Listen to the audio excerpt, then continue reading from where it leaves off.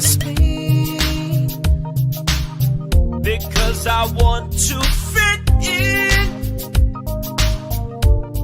Sorry, you're just not terribly important to me. Did you know that when you used to debut of me, her phone number would single song? Did you know that, Christy, there are no girls with good personalities? I don't think we should see each other anymore. It never was supposed to be.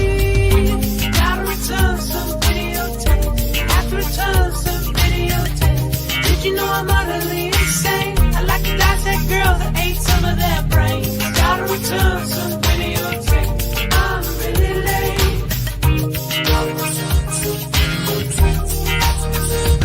I guess I was probably returning videotapes.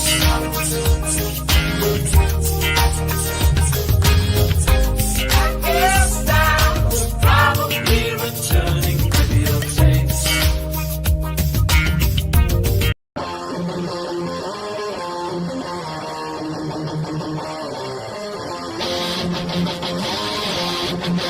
One, two, three, four, America!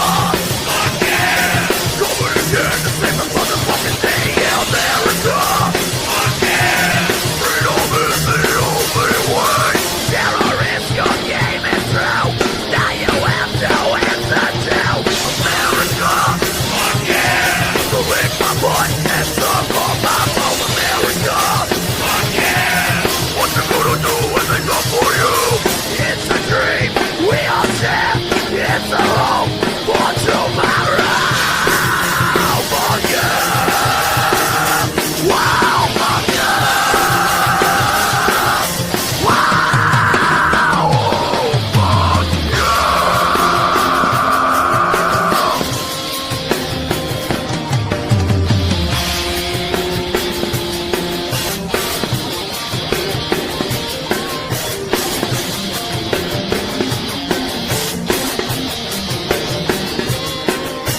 America, again, freedom is the only way.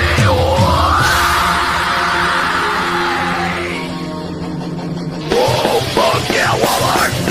Shut up. Baseball, football, baseball, internet, slavery. Fuck yeah. Whoa, fuck yeah. Whoa, fuck yeah!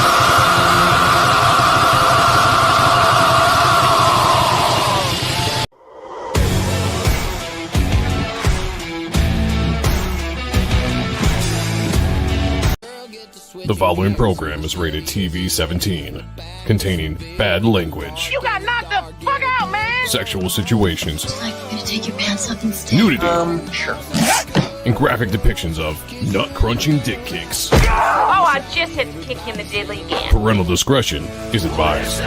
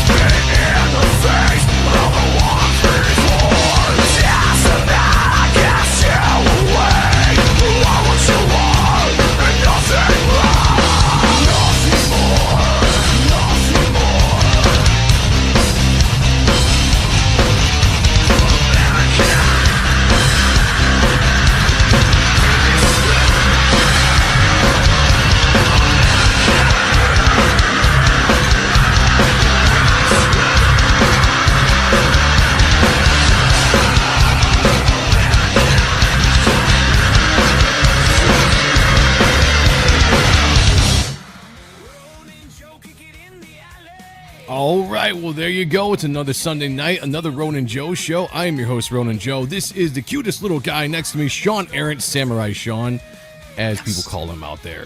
Welcome, everybody, and what a weekend it has been, at least for me. Very busy. I'm worn out after a warm week at work. This week is promising to be even warmer. So I'm going to have to see how that's going to go. But this weekend was fun. Did a lot of good things. Got to go see the new Masters of the Universe today, which we'll be talking about a little bit later. I got a lot of good things to say about it, but we'll definitely get into it. Seems to be a controversial film amongst the fan base. And maybe we'll dive into exactly why that is. Also, Todd Mcfarlane has an opinion on AI, Sean. Did you see that? I started to watch it, and I just flipped through it because he doesn't get to his point quick enough. He's like, oh, no, it's just like, Jesus, fuck. And I don't have the attention span for anything anymore. We'll take a look at it a little bit later on and see what he's saying there about AI. But it's kind of interesting to see how everyone's starting to kind of deal with the AI issue, I guess I could say. Let's jump into the chat. Say hi to the chat real quick. Let me bring up some things and some stuff as we're going.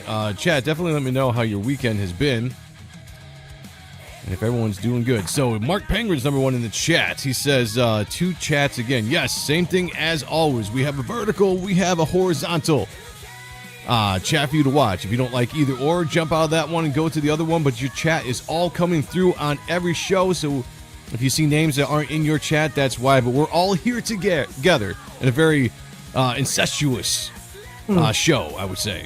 You know, let's go with that. But Mark, you are number one in the chat, number one in our hearts, my friend. That makes you. You're number one. Yes, indeed, you are. So, Mr. Penguin, a penguin is a bird that cannot fly. I am a man. I have a name. And his name is Mark Penguin. Welcome to the show. We also have Matthew in here. Says, hail Joe and Sean and the awesome chat. Hail to you, my friend. Hell. We got old VR. Says, which one is tall, which one is wide, and which is either way, throw them in the lake. Hail Joe, Sean, and Kayla's Karate. Hail CG. Hail to you, my friend. Good to see you. We got Bretsky the Great in here as well. Says, salute to the chat. Salute Heavy Metal Ronin. Salute to you, my friend. Okay. Good to see you. Twisted Dreams is in the house saying, because of Joe, there are opposing channels I no longer watch because they do this is a slam bit every entertain. Wait, what? There are opposing channels I no longer watch, period. Because that they do, well, all they do is they slam every bit of entertainment down. I got you, yes. We're here to give you the honest take. You know, we call balls and strikes, as the kids like to say these days. We'll give you honest opinions. We don't care what the popular opinion is out there or what we're supposed to be saying to get clicks and views. We'll tell you what we think. Subject's notes. The extraction theory papers. Am I the only one who did the reading? Yes. Joe, you're great at giving movies credit when they deserve. Thank you. That's what we do. Sean and I, we don't get along to go along to get along. You know what I'm saying? We got KO Joe in the house. Says, greetings from Raleigh, North Carolina. Greetings, my friend. Hope all is well. Epic 411 is in the house. Good to see you, my friend. We also have Marcus Killigrew. It's a hail all. Hail to you. Chicken bacon. We also have our guy, Sheldon Martin, member of the channel, says, 2 chats, 1 stream. That's right. Begging isn't new for me, friendo, but it is for Disney. And of course, you know that the first member in the chat gets this.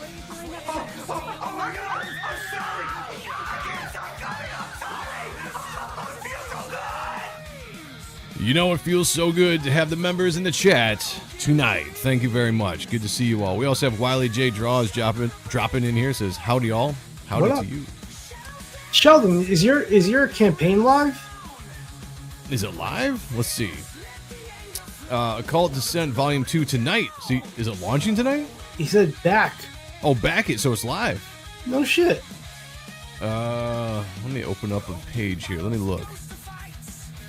It is live. All right, look at that. Cool. Well, I'll tell you what. We'll jump in that in a second. We'll take a look at that for sure. We got Christopher Bouchard in the house. He said, what's up, Joe and Sean? I saw the new Masters of the Universe movie. I give it an 8.5. Skeletor was awesome, and Trapjaw was my favorite. and the rest of the action. Very Same. cool. We're gonna talk about it. We enjoyed it. We enjoyed it. Ja Rose in the house. Moaning. Says, sup everyone. Sup to you. We got Iodine 74. Says, I'm watching, not sure how long I'll stay awake. Sun was killer today here in Northeast Florida. I feel you, man. It was like 85 here in Michigan. Yeah. It's been a pretty sunny one, that's for sure. All right, well, let's jump into let me see real quick. Let's change this up. Okay, here we go.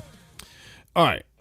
Should we just no, you know what? We're gonna take a look at Sheldon's thing. And then we'll jump into let's look at Sheldon's. We'll jump into Masters of the Universe talk, and we got other stuff after that. But everyone wants to talk about Masters of the Universe. We're not going to hold everybody waiting, and we're going to do that. So let me bring up Sheldon's campaign, because he is a member of the channel. He's one of our biggest supporters and our guy. Mm-hmm. So let's take a look. We got Cult Descent Volume 2. The link is in the chat. Sheldon dropped it. I want you guys all to follow that link and go check this out and consider backing. We got 7 backers so far. 59 days to go. $245 raised. We got a goal of $3,500. Let's see if we can get that, everybody. Tonight would be great, but let's get it in general. Yes, looking good, man. Looking good. Now this is, what is this? Volume 2. Okay, Volume 2. Very sick, my friend. Very sick. You guys definitely want to check this out. Storytelling is really good. I'm enjoying it. Sean, you read the first book, right? Yeah, I endorse the fuck out of this book. Again, Sheldon's our guy. He's one of the most talented people in our group. I think he's how do I say it without sounding too much like a cunt? I think he deserves more exposure and more praise just for how talented he is. He's just a good guy. But yeah, I love Volume 1. Looking forward to Volume 2. Great stuff. Great stuff. I hope this does super well for him to continue the process of making more of the books. Yeah. So good. And this is what all of us creators need, everybody. Most of us go through crowdfunding, whether it's on Kickstarter, Indiegogo, our own sites, wherever it might be. We need the support out there to go out and back the campaigns. If you so see that it's something you like, help us out for sure. So, for sure, help us out. It's a great premise too. Now everything's coming back to me. Yeah, again, like I'm sure there's ways to get Volume 1 on this just to catch up. I don't know how or what, because I didn't look at this yet. But yeah, get Volume 1 too. You won't be do the catch up tier, back the new book. We'll get Sheldon on here soon, one of these days. We got Kenneth Russell in the house. Says, I know this is off topic, but the late musician Prince would have been 68 years old today. Wow. Nice. Happy birthday. Pancakes. So I still got to put Polton's editor credits in there. Scribe Comics is in the house. Says, what up, fellas? What up with you, my friend? Hope you were doing well. Okay. Sheldon with the Pulitzer Prize one day. And he was CIA. Those pages have an Army Wars vibe too. Armory. Oh yeah, small screen. Armory. Nice. Okay. So here's what we did. This morning, Sean and I went and saw Masters of the Universe. And I have to say that I really liked it. Now, we're not going to do spoilers here because this is the first weekend it's been out. I want to make sure people have a chance to, because you're already getting spoiled on social media right now. It sucks. You know the idiots I know that are like, this was my favorite part of the movie. I'm like, you are so fucking stupid.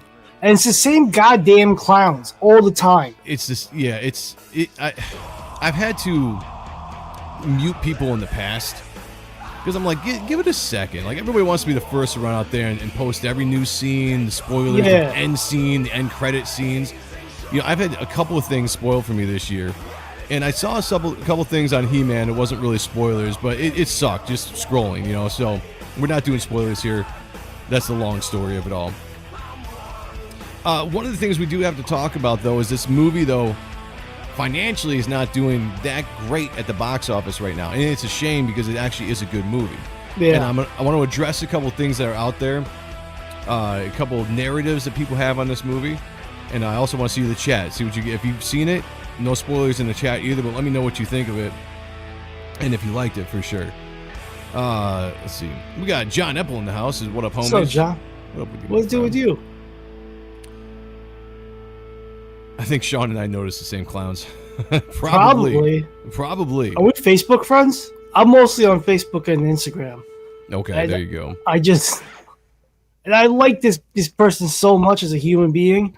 I'm like, man, fuck, you know. I was just gonna say, X is just horrible for that, man. I saw 2 different scenes that I scrolled away from quickly, but as I'm watching the movie today, I'm like, oh yeah, there's that scene that has been going around X. So it says Masters of the Universe is now tracking to be the biggest bomb of the summer, causing Amazon MGM to lose over $100 million. It opened it with 54 million globally, 29 million domestically, and 170 million to 200 million budget. I think just addressing this right now, because I see a lot of people out there that just, like the Hollywood is cooked crowd out there that just wants to see everything now come out, because they've just gone so far the other direction. Now everything just has to fail. It's like they don't even care if anything good is being made. It's just whatever comes out now has to fail. Like that's the mission they're on. They can't get off it. So a lot of people are dunking on this because of the numbers that are coming out. And, rightfully so. I mean, it didn't get as much money so far as I thought it would get for a giant property like He-Man. Some people have asked, is this just an IP that's not interesting to the millennials and Zoomers and Gen Alpha? Well, I guess Gen Alpha is pretty long. Or is this is something else going on? If you look at the market right now, they're going up against some stiff competition, though. I will say that. Scary Movie 6. You have this, the Obsession movie everybody's talking about, this horror movie that's gaining a bunch of attention all over the place. Backrooms, I guess, is another movie out there that's doing very well in the theaters. And Disclosure Day, isn't that coming up? I don't know what that is. That's a new Steven Spielberg movie. Oh yeah! Oh, that's gonna be awesome. I think there's a lot of competition this year. You saw that with Mortal Kombat. I think you're just going to have a lot of competition. This year has been so packed with a lot of exciting movies, more so than any year previous I can think of. Yeah, that's a good way to call it. Fun, exciting movies, and then there's the original content that you just said with Escape Room and Obsession. Yeah, I think that's one of my points is I think it's just a lot of competition right now. And you know what, with the ability to stream and knowing that a lot of these movies are just going to be on streaming here in a few months, I really feel like the movie going experience has changed, which I think you have to start taking box office in differently now than we would have back in the day. Because I believe, just like, I'll use myself as an example here. There's a lot of movies I want to see this year. However, there's only a handful of movies I'm going to go spend the money to go see in the theater because I want the experience. The others, I'm kind of just like, I'll wait till it gets to streaming. And if I'm thinking that, I'm thinking that there's probably a lot of other people that think that same philosophy right there. So there could be a lot of people that are like, oh, I'll go see Obsession. I want to go see this. I'll just wait till Masters of the Universe comes onto Prime here in 3 months, or whatever it might be, and I'll watch it then. Possibly, I don't know. Also, the price to go to the movies these days is crazy. Is absolutely crazy. Yeah.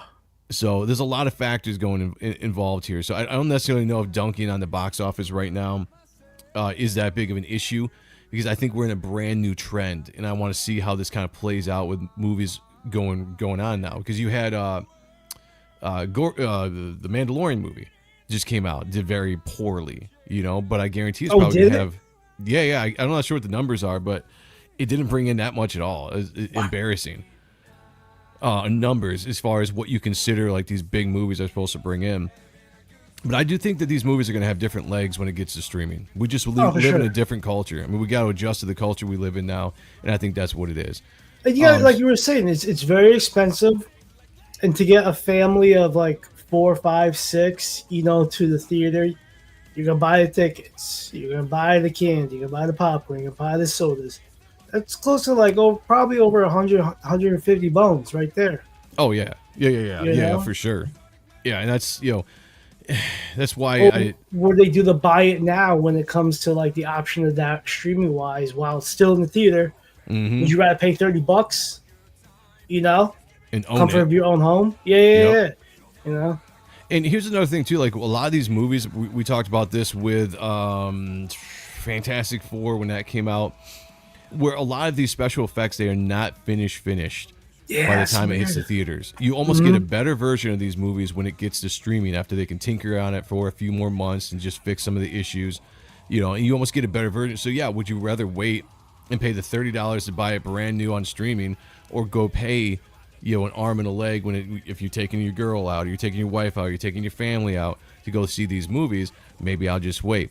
It's something to think about, you know. It's something to consider in nowadays culture, economy, all that kind of stuff.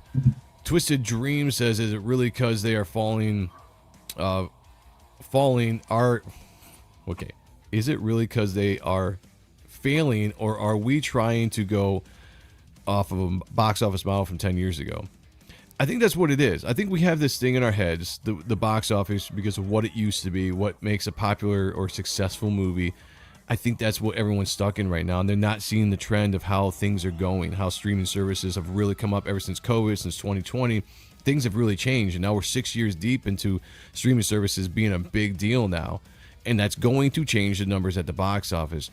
So as much as people want to dunk on these movies and what they consider a successful movie, I think the studios consider movies successful in a lot different ways than we do. We looked at Superman when that came out.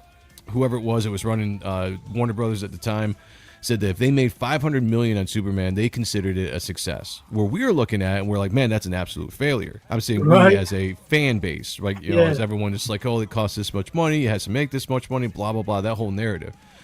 So I think they are ahead of the game, and the fans so far have not quite caught up. Disclosure Day opens this weekend, I think. Okay, so it's gonna be a tough second week for He-Man, and that's what sucks. I think there's a bad timing for this movie to come out, to go up against Scary Movie 6, which is going to generate a lot of excitement because it's a popular franchise, especially with the Wayne brothers coming back and doing it. People are getting out to the theaters to watch that. There seems to be like this lot of hype around this. What was the movie I just said? The horror movie that's out, Obsession. Is that what it's called? So I mean, it's just banging on. Disclosure Day is coming out, so you might have He-Man have this very slow first 2 week start, but I think it could pick up steam because I've been seeing a lot of positive things on social media about it. The people that have actually seen it have seemed to like it. You know, does it have its flaws? Yes. Is it a perfect movie? Absolutely not. But it's a fun movie, and we're going to dive into that here in a second. Oh, let me go back to that gyro thing. Yeah. All right, so going back, like the third part of the Kevin Smith thing was awesome. I really enjoyed that. Going back and rewatching all three of them, it's not as bad as I thought it was as a whole story. I think we were all just pissed off because He-Man died in the beginning. We didn't see much of him. Yeah, the first part of it was woke. You know, they wanted to take the attention off He-Man and put it on like Teela. If they push it back to maybe maybe like the third or fourth story arc. Yeah. It wouldn't have been as bad because we would have got some He-Man prior, would have got used to this world, but when you just threw it in there, it's like, here's tough as nails, like, chick, shit. You're like, I'm not with it. But the last one, the Revelations, with Hordak, so. That was really good. I liked that a lot. Yeah, so I okay. Where should we start with this movie? No spoilers. Okay. Overall, Sean, and I asked Sean this because he is a bigger He-Man fan than I am. I watched it growing up, but I never jumped into a lot of the lore. Like, I can't tell you a lot of the history of the characters and all this kind of stuff. I just remember I liked the cartoon. So Sean's going to have a little bit of different opinion than I do, which kind of comes from more of, I don't want to say normie, but I didn't have giant expectations to this. I just wanted to have a fun movie. Going into this, when it comes to the He-Man IP, characters, lore, or whatever, what you were looking for out of this movie, how do you think it did altogether, just in that sense, before we jump into some more specific things? You know, I'm going to say, first off, it went the Barbie route with this. Explain. Like so in case people don't know. Like how Barbie was more jokey, more self-aware of what it was. Right. It wasn't serious, but it was good and it was fun. I I wish this pulled back on the yuck yucks just a tad, and the abundance of kind of like shitting on what it is. Where you're like, oh, that name, her, like, like I don't really have that much negative to say, but I wish it was more in the vein of the original movie where it took itself seriously. That movie was an awesome Fourth World movie. Yes, I wish it was more of that. But you got to kind of, to a certain degree, you gotta accept what you get. And I did enjoy this overall. I'll probably get the Blu-ray, because I thought it was really good seeing all the different characters, the background. Should I say that my one thought about the one actress? Yeah, throw it out. Yeah, go. Throw it. We got All a lot right, of so I did stuff to not talk like about. the actress that played Evelyn. I saw her portrayal as. Do any of you remember when Sarah Palin kind of came into the picture when she was running for vice president, and then Lisa Ann came out of porn retirement to do Nailing Palin, Nailing Malin or whatever. She reminded me of doing like the porn parody where in the Nail and Mail and the Russian guys, they're like, we can see Russia, and he's like, my cock is out. What are we going to do with it? Like her this chick's portrayal of Evelyn. She's like, oh, Skeletor, haha! Look, your bone is out, and let me whop it off. Like, I thought she was a horrible choice for this for Evelyn. I think the chick that played Sorceress would have been better, but the chick that played Sorceress did a good job as Sorceress.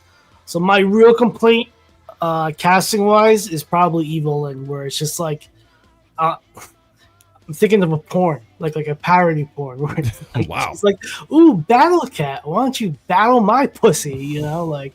Okay. But other than that, it was fine. And I don't get Kayla's argument about redheads. I'm like, I don't know. Okay, so first off with the casting, I actually really enjoyed the casting. Shout out to Chris, by the way. Good to have you here, Chris. Yo. I thought the casting actually worked really good. I liked all of the cast. I actually liked Evelyn's portrayal just because of what they were trying to do with the character. Now, like, I'm not basing this on my love for He-Man or the accurate portrayals of certain characters and what they should be or shouldn't be. I'm basing it more on just like what the movie was. And I liked it. I liked what Evelyn did, or the actress that was in it, how she was portraying it. She had some funny one-liners, that really kind of offset Jared Leto's humor. By the way, Jared Leto as Skeletor I thought was great.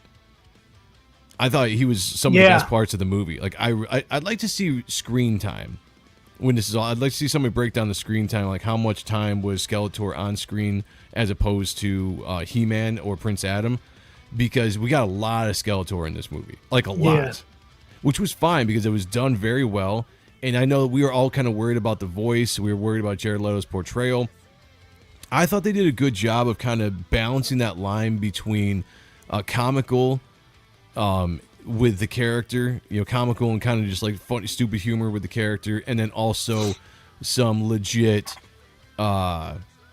intensity, like some legit villainous aspects of the character. And in that point, like, I think it does a really good job of catching two different audiences. This is a movie that is made for, yes, the Gen X kids or the old millennial kids that grew up with the show, or at least you'll love the show. And it's also made for a newer audience of younger kids to be able to come in. You can watch this movie. I took my 7-year-old daughter to see this movie. It's not too intense. It's not like gory. There's a lot of good action though that keeps the adults entertained, but it can also really appeal. Solid. Yeah, and it can also appeal to the younger kids. So I think the formula is absolutely correct in what it should be. And for that, I could enjoy it. My daughter really liked it, and she didn't know He-Man or anything. She's been looking forward to seeing Supergirl because she wanted to see, the Supergirl movie more than this. But we sat down, and I was watching her throughout the movie, and she was really enjoying it. So shout out to Jared Leto. I thought he did a great job as He-Man. The guy that played Adam Skeletor, the guy that played Adam / He-Man, I don't know if I've ever saw him in anything. Do you recognize the actor at all? Yeah, Sean? he's pretty popular. He's been around. Oh, is he? Yeah, Oh, shit, okay. he was in an Amazon movie with the chick that played the Catwoman, where he was in a boy band. Yeah, so I thought that was awesome. He could sing. Oh, Do I okay. wish he was a little bit bigger and ripped? Yeah, Yes. not to the extent where he looks like Matt Dalton, who I think Matt Dalton should have Right. been He-Man. Like, he looks like the He-Man figure. Shout out to Matt. Right. Because Dolph Lundgren wasn't that svelte, that like big as it was. He was lean. Yeah, he was cut. lean. He was tall. Yeah. You know, Yeah, he wasn't bald. He wasn't like Schwarzenegger, like Nah, Conan nah, body not in a style. bit, You know, but he pulled it off. And you know what? This kid, you know, he did a good job. Like, there was some heartful moments in the flick where, you know, his acting chops were good. yeah. Again, you know, they could have pulled back on some of the yuck shit, but other than that, I thought he did a really well deserved job. You know the what chick that did Tila? Awesome. No, go for it. She did a good job. I actually Yeah. liked her character quite a bit. Yeah. And those pants were doing it for her too. I have to Oh say. my god, bro! I was looking. Oh, Jesus Christ. Yeah, there was a couple times, couple scenes. I'm like, oh wow, like you know, that's a good I was angle. fucking pink That's a eye good in that angle. one. Yeah. The first one was made in 1987. Twisted Dreams. Yes. 1987. And to Starring go Dolph to Lundgren. Jaro, the He-Man 2000X, top tier shit, awesome storylines. I'm with Christopher. I didn't like how the sword was kind of Battle Chasers / Thundercats. But yeah, 2000X is phenomenal. It's as great. I will put that up to like Lord of the Rings if you're talking like fantasy shit. Oh wow. Then Nice. you're gonna It's now high I'm hearing praise. Kayla in my head. How can it be with JR or Token? Or even that other shit, the dragon stuff. Yeah, it's up House there of with the that. Dragons. Or yeah, Or the House whole of Dragon. franchise. Yeah, whole Game of franchise. Thrones stuff. Yeah, that. Yeah. Matthew said, I would love to see Master of the Universe and Mando Grogu in a theater, but I'll have to wait until they're streaming.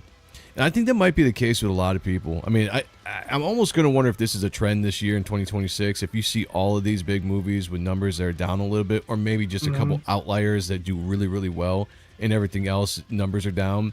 Because they might be doing exactly what we're doing. And I'm like, I'm going to go see these 3 specific movies this year. 3. Those are the only ones I'm going to make my way to go out and see in the theater this year. Only 3. You know, and this was one of them. You know, and everyone else I'm waiting until streaming. So I mean, that could be another thing that hurts the numbers of the movie. So we'll see. Wiley J, where did his comment go? I missed it. I think it was it's right on the screen. Duh. He said, I'm in the hole who waits 2 or 3 years to watch this for free. Well, yeah, there is. I don't blame you, man. This is it adds up. Tila gave Sean pink eye. I got to see this now.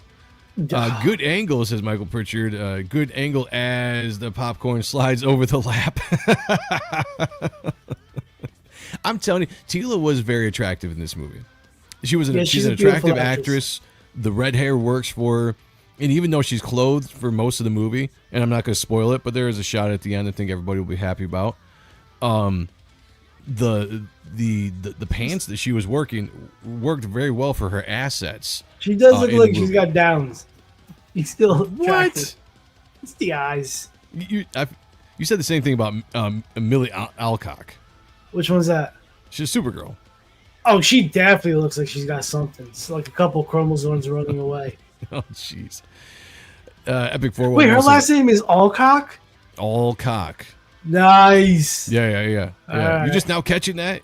Dude, I don't pay attention to shit. Yeah, that's true. That is a good point. You really don't. Epic 411 says, I'm looking forward to seeing this. John Apple says, as long as it's better than the 90s reboot nobody asked for, it'll be good. 90s reboot? The New Adventures of He-Man. Okay, if that wasn't the New Adventures of He-Man, that would be a solid ass show. Because I like, maybe I just like bad shit. Like, but I thoroughly enjoyed that world, the animation. I like Skeletor, or he's more like Shakespearean. If it wasn't New Adventures of He-Man, if it was something else, and we're like, this is a He-Man ripoff, I think it would get better acclaim. But because it wasn't Shut up, cat. If it wasn't so not so massive of the universe that we were used to, but that opening animation to that show is top tier shit. Okay, let's jump into. Let me address some things about this movie that are going out there, and I'll tell you exactly what this. So first, I want to say something that I was wrong about. I thought that based on the previews and everything, that this movie was going to be in the real world. He-Man was going to be an IP. It was going to be a cartoon, like everybody at Earth knew about the He-Man IP, even though it was based on something real, but it was fantasy in the real world. That wasn't it. So I was wrong on that. They kind of played a little bit into that as far as the memorabilia store where Adam finds a sword. Now, this isn't spoilers, guys. This is in the trailer. So I'm going to be discussing some things that are in the trailer here. No spoilers. But we all know from the trailer that he finds his sword in a memorabilia shop. And I thought that the statue that had the sword was a He-Man statue. Turns out it's not. It's just a kind of common barbarian, looking character that was in Earth. So that take that I had about this movie, completely wrong. And I got to put it out there. I got to own it.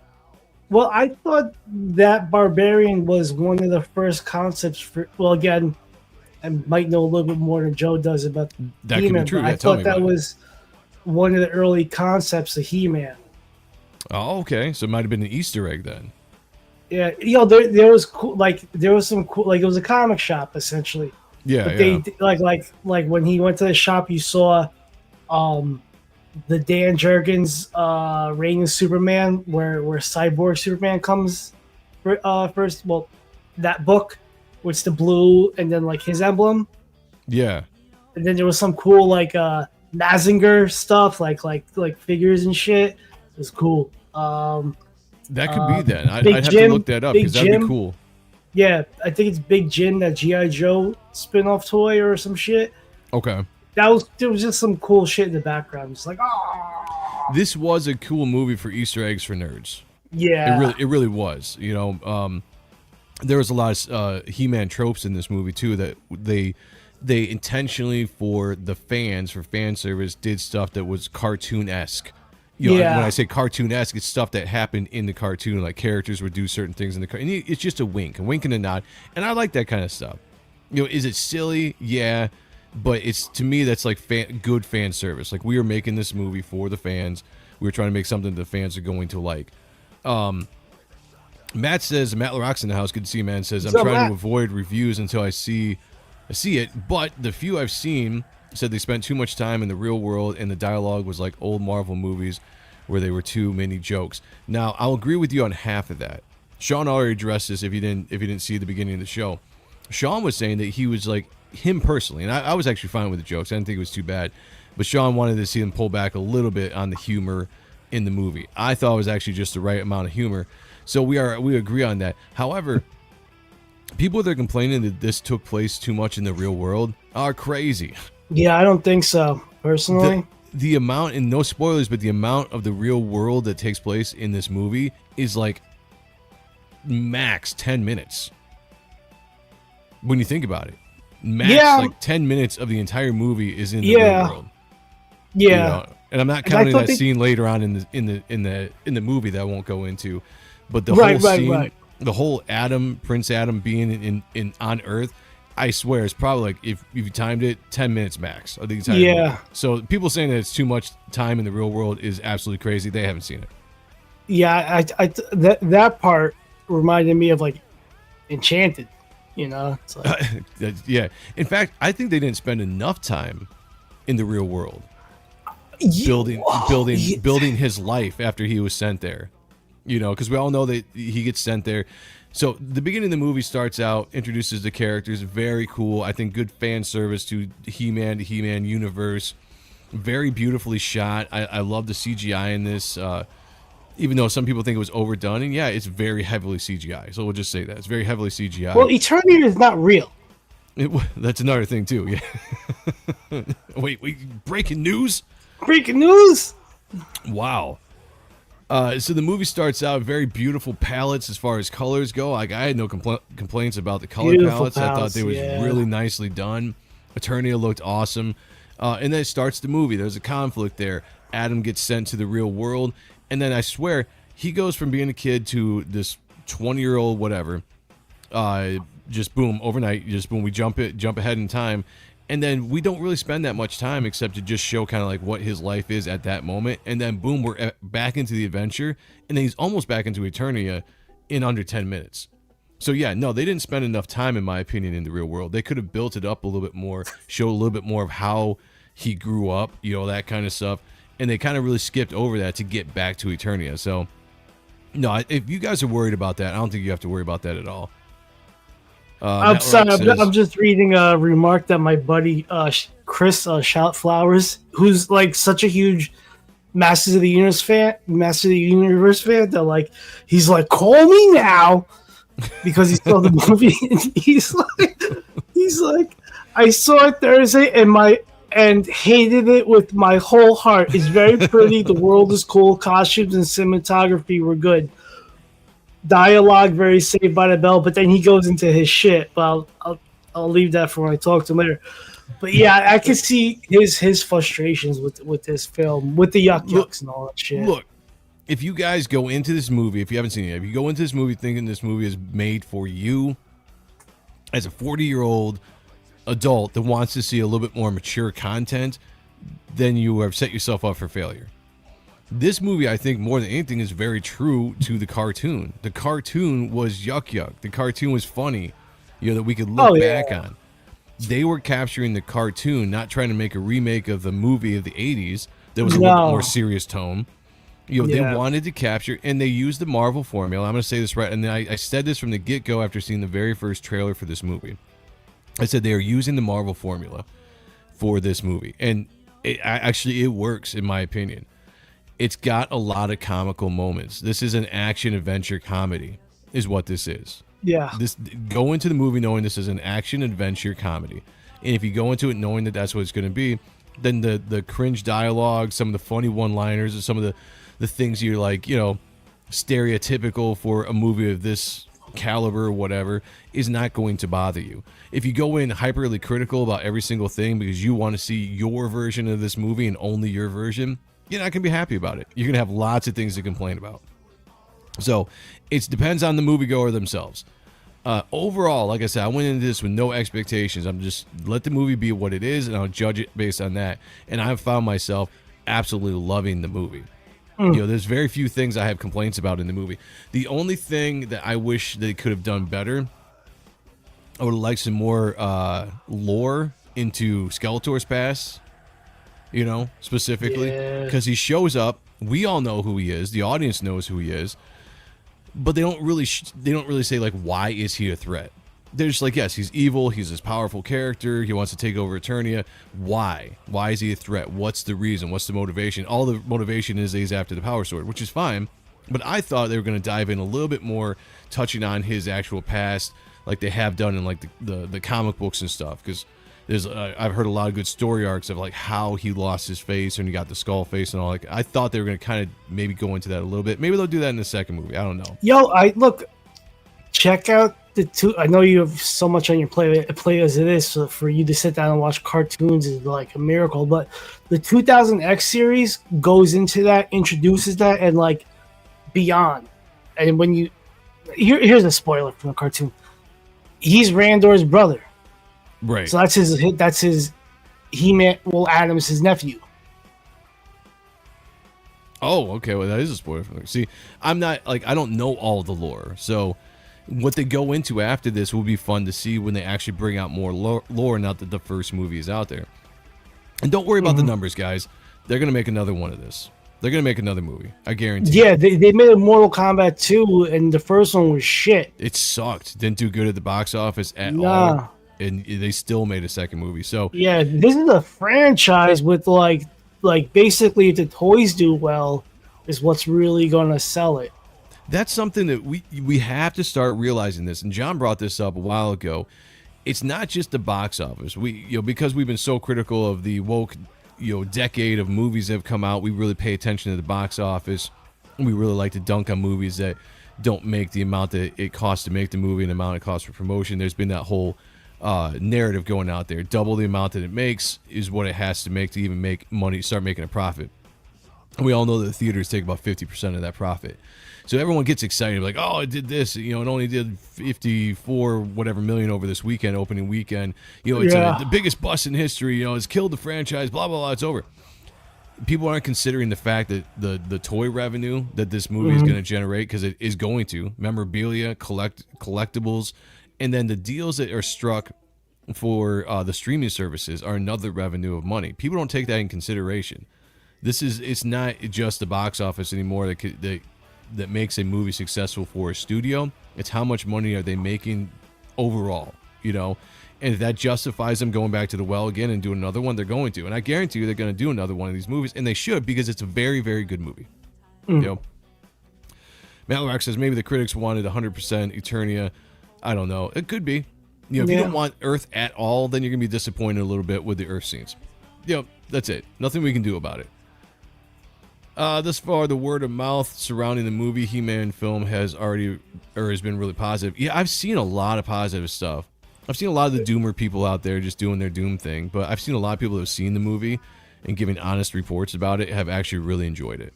Yeah, I've seen a lot more positive than negative. Yeah, that's a fact. Shout out to you, Sammy. Good to see you. We got Alex VRB in the house. I demand He-Man film that's actually a Conan film. That'd be cool. That's what it is, though. But that's a great point that Alex brings up. A lot of people want the He-Man movie to be something they want it to be, and not He-Man. Sure. They want to take He-Man the character, and then they want to make something that's a little bit more mature, more violent, more real, or intense. And that's not what it was going to be. That was never what it was going to be. So if you're judging it against that, yeah, it's going to be a giant failure in that aspect. So that is what it is. But yeah, hardly do they take time in the real world, and you're back into Eternia in no time. And I actually think the pacing of the movie is pretty good, and it keeps you going very quick. There's not a lot of, like how sometimes movies stall out, and you're just like, all right, that second act was really slow. I thought the first act was really good, high pace, lots of action. The second act comes through a little bit more. It slows down a little bit for some character development and some certain things for certain characters to work out. There's some heart in it, all this kind of stuff. And then the third act is back to heart. A lot of good heart. A lot of good heart. Yeah. It was surprisingly well done. And then the third act is, again, full of action. This is the way I'm seeing it with someone that's not being hypercritical of all the shots, of all the scripts, of all of this. That's not me. I want to be like, can this be a movie you guys can watch and be entertained, take the family to, have a good time with? Yes, absolutely. Like I said, my 7-year-old daughter went and saw it and loved it. Thought it was great. The woke aspect of this movie. I want to address this too, because there's a lot of people out there running with that first teaser trailer where He-Man is working in his cubicle and they show his name saying Adam, and it says he, him. He's got the pronouns on there. And everyone's like, oh, this is going to be woke. This is going to be a woke movie. It's over, blah, blah, blah. I didn't see very much, if any, hint of wokeness in this movie at all. Did you, Sean? No, I think what we saw more of was how corporate, well, I don't want to say corporate America, but how the corporate system is, where people are using weird terms and feelings and shit. Like, I'm just going to say this, his boss. Like, you remember how she was talking? Yeah. Like, that shit is absurd to me. Like, that's how people fucking talk to each other. The thing I got out of this more than anything is they were making fun of woke in this movie. Oh yeah, more so than anything, because you saw him going like, no, they weren't embracing it. They were making fun of the reality of business. So Prince Adam works in this whatever business, and the entire business is absolutely woke. Everything is woke about it. It's everything you think about the DEI, the diversity and all that kind of stuff within the workplace, seminars about how to treat each other, how to see people, and all this kind of stuff. And it's really presenting this awful environment that Adam is living in. Because in the real world, he is constantly comically open to who he is and where he came from, almost like a child, almost like he hasn't really developed too much in his head like an adult brain. Like, he's still kind of living in this kind of child world where he can just tell people, complete strangers, that he comes from Eternia and like all these different things. Kind of like Sean. Yeah, kind of like Sean. And so that's who he is. He's this very kind of innocent young kid at heart still that just wants to get back home because he left Eternia when he was a kid, and it's something he's been wanting to get back to. So you get this character that's in this world that's foreign to him, and now the workplace is all the DEI wokeness that you would expect in a modern day business today, where you have to respect this, you're respecting that, you have to use pronouns. Feelings. And I think they do, and they show like how agonizing that is for Adam and how much he really pushes back against it, even though later on in the film, like, he uses his real world job skills that he developed to try to defuse certain situations, and it's used for a comical bit, because he still has his raising on Earth that he is trying to still work through as he is embracing becoming who he actually is and all this kind of stuff in Eternia as He-Man. So I think they play it off as a pretty good joke. Teela, to me, was not a woke character. She wasn't a Mary Sue. She wasn't somebody that saved all the men's asses, wasn't the leader of the group. She wasn't that. If anyone's trying to paint that, that's not true. Did she have elements because of who her character is? Sean, break down who the character actually is and why you thought it was actually within character, how they portrayed her. Like, Teela has always been a badass bitch. Like, she's always been, what's the term that people use to describe women now? Like, boss girl? A boss girl. She's always been that. No apologies. Like, that's her character. Like, from the cartoon to the movie, like, that's Teela. And like, I thought this actress portrayed her in such a great light that I was sold. Like, I'm like, cool, she's Mexican. I like it. With blue eyes. That's my grandma. Anyway, no, I thought this was Teela to the heart. I thought she did a hell of a good job. I was very skeptical at first of her being it, but yeah, she pulled it off. Teela is a boss bitch. She is whatever that term that we just used for chicks. Like, if that's a term to ever be stated, like, that's Teela. And I thought she did a hell of a fucking good job. I think what they did in this movie, which was good, is they were able to create a strong female character, which, if you are against woke, that shouldn't be an issue to you. The fact that you have strong female characters is not the issue. It's when they outshadow the men or they have to diminish the men to lift the female character up. In this, they were able to write a good, strong female character and a good, strong male lead. Now, Prince Adam had to learn who he was, because he starts out in the movie as a kid. He's scrawny, he's smaller than everybody else, he's weaker than everybody else. They really kind of played on this kind of almost like the ugly duckling trope, right? Yeah. He becomes a beautiful swan, all this kind of stuff. Like, he was the smallest, he was the weakest. Nobody took him serious except for like Teela, who was his friend. And then he had to learn his power. He had to learn who he was to become the hero. So there is a bit in the movie where he is a little bit more goofy and he's following Teela when he first gets there. But he doesn't have any fighting skills. He hasn't been trained. He's just a normal dude without any kind of skill.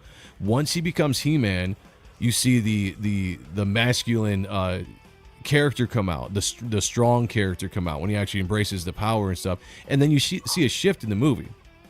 You see how Teela goes from being like this boss bitch at the beginning of the movie to realizing and being almost at times in awe of Adam's power and what he is, when he becomes He-Man. It kind of switches and she becomes a follower and not the leader. So to me, there was no woke aspect of this. At times, she was the leader at the very beginning.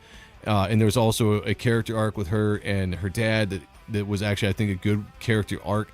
There were some times I wish they had fleshed out some of the character arcs a little bit more. There was a lot of stuff going on in the movie. A lot of characters that could have had a little bit more time to develop, but didn't. It's just the nature of these big cast of character movies that they did.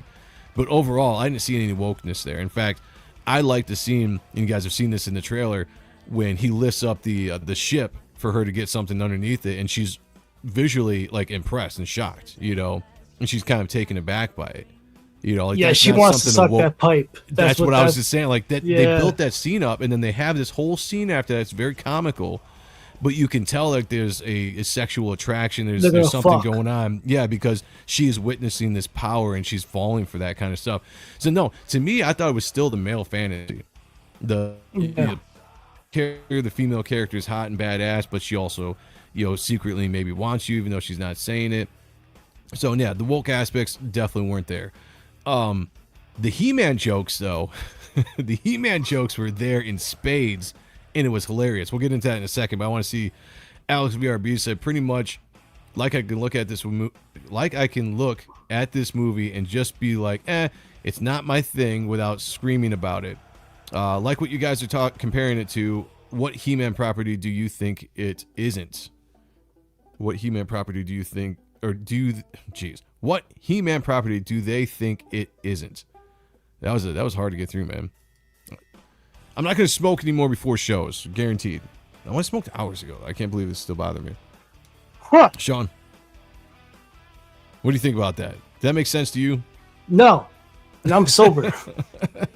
Okay, well, it's not just me then. Yeah. What He-Man property do they think it is? What He-Man property do we don't think it is, or them? Maybe he's saying that you. What you talk about, Alex? I don't know. That's too much for me to think about right now. That's a lot of thinking. Break it down in stupider forms for us. Yeah, that's right. We need that. The term woke means nothing anymore, and it's holding us back from enjoying entertainment. Thank you, Sammy. Yes. Thank you. I've been saying that now for a while, and I've been so over. I'm going on about a year and a half now of calling out the anti-woke crowd that are just going crazy over every single thing, and they don't allow themselves to like anything anymore because they have to see woke and everything because they need content and they need something to bitch about. I'm not about that. I want to see some fun, entertaining stuff, and this movie was good. It deserves to be having a lot more box office success than it is. But it is what it is, But it was a good movie. That's all I can say. I enjoyed the fuck out of it. I look forward to seeing it again. I've sat through some seminars and workshops you're describing. Yeah. I just want to fucking just get some railroad spikes and just impale my fucking eyes anytime I hear that shit. Like, oh my, like that's racist. Oh, it's not. Shut the fuck up. Unclog your cunt. Jaro says Tila was always badass, literally Adam's bodyguard. Yeah. Epic 411 says Tila has to be a strong character to fulfill her destiny. Yeah, so real He-Man fans and everybody that knows where her character is going to be going is probably going to understand it. And again, they did a great job of creating her as a strong, skilled fighter without her overshadowing the real star of the movie, which was He-Man. And make no mistake, the He-Man character was the star of the movie. He did not take a backseat for other characters. And I don't care what anybody says. Like, he was the star of the movie. They hyped him up. And I said this before, like, he actually went through... This movie follows the hero's journey very well. Let me bring up the you hero's mentioned journey. that. Let me look at this. Yeah. Let me bring up the definition of the hero's journey. If I can figure out how to spell it. Okay, let me bring this up, and I want everyone to see what the hero's journey is so you know exactly what I'm talking about, and I'm going to tell you why this relates to it. All right. Okay, hero's journey right here, how it's broken down. The hero's journey, or monomyth, is a universal storytelling structure where the ordinary individual leaves their comfort zone, faces trials, overcomes adversity, and returns transformed, popularized by mythologists Joseph Campbell and the later streamlined for screenwriters like Christopher Vogt, blah, blah, blah, blah, blah. First one is active. It's the first part of this is act. It's a departure. The ordinary world. We were introduced to the hero in their normal, everyday environment, establishing their status quo. Call to adventure. The hero is presented with a problem, challenge, or quest. A refusal of the call. Fearing the unknown, the hero initially hesitates or rejects the adventure.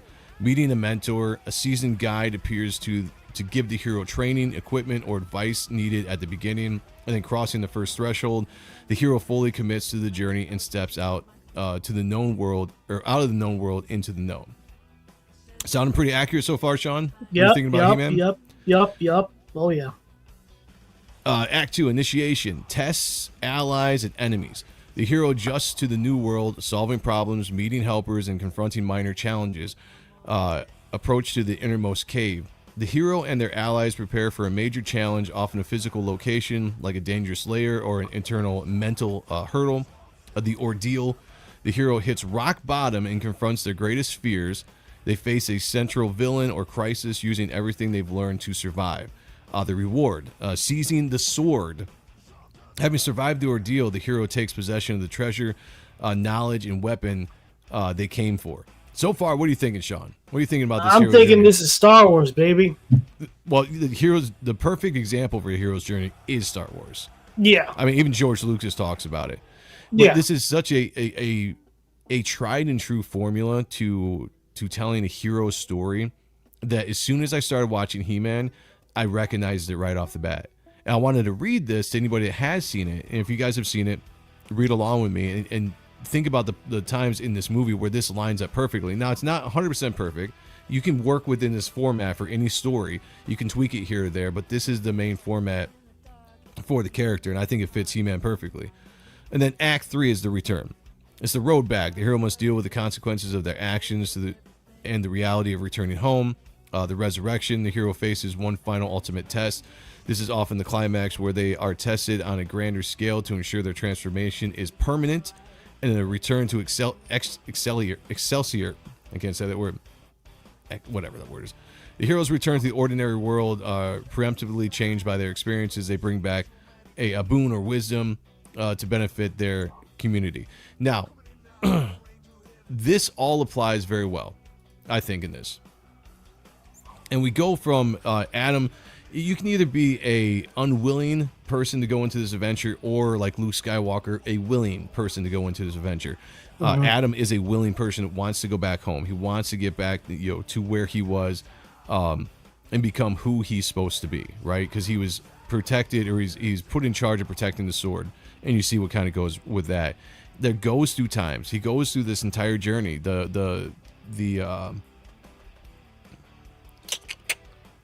What's the Empress? Not the Empress. Sorceress. Jeez. The Sorceress is like the character that gives the wisdom and stuff, right? There's times where he ascends and then he falls. He has to pick himself back up again. He has to confront fears, and he has to overcome those to embrace who he actually really is and actually embrace the power. This movie is a hero's journey to the T. And the patterns are all throughout the entire movie. And I think that's why it works so well, because it hits all of those beats. It makes us relate to the character, even though he's got these superhuman abilities when he actually becomes the character he is. So I think that's why it's so well done. Epic 411 says, "You guys have me even more hyped now." Hell yeah. Nice. And I'm hoping we are, because I want people to go out and see this movie so it's successful at the box office. I think it deserves it, because it's a very well movie. Not a lot of woke, if any woke at all. Like, I didn't see it. I'm sure somebody can find something that's woke about it, but I don't think it was. The Hero with 1,000 Faces by Joseph Campbell. Yep. Used AI to help me put a new camshaft in my truck, and it works now. Nice, man. Don't sign that. Don't sign that. I'm off on all I'm going to do it. Okay, do it. I'm going to sign it. Not my name. He's not letting, here's to not letting the anti-woke crowd trashing everything ruin my enjoyment of my excitement highs for movies and shows. Yeah, Facts. That's where I'm at too. Go see what you want to see, like what you want to like. Don't worry about the popular conversations that are going on, or everyone jumping into the chats and stuff, and everybody's agreeing because they just whatever. To me, Don't it's worry too about the hive cool mind kids table, thinking. because they're not that cool as it is. No. I'm not gonna let other people rob the excitement of having fun. All right. So last thing we're gonna talk about with this movie, and we're gonna jump on some other subjects. We've been on an hour for this. I know, right? Well, Wow. I figured this. That's why I want to do it at first. I was like, let's just get into it, because I think it's gonna be the top discussion. The self-awareness that this movie had of the He-Man tropes over the years, like the slight gayness that people always laughed at with certain things with the show, played through in a very comical way, where they presented the names of the characters, why they were called these names, and it made sense in this reason of why it was that it was. They joked a lot about I'll just say this isn't really spoilers, it's just a funny thing, but Fisto and Ram Man were two characters where the jokes were really used quite a bit.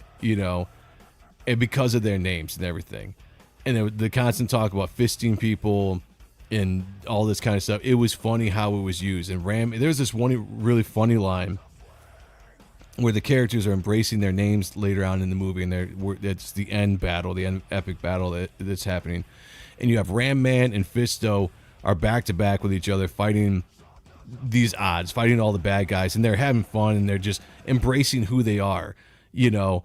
And Fisto turns to Ram Man. He says, "Give everybody head, Ram Man."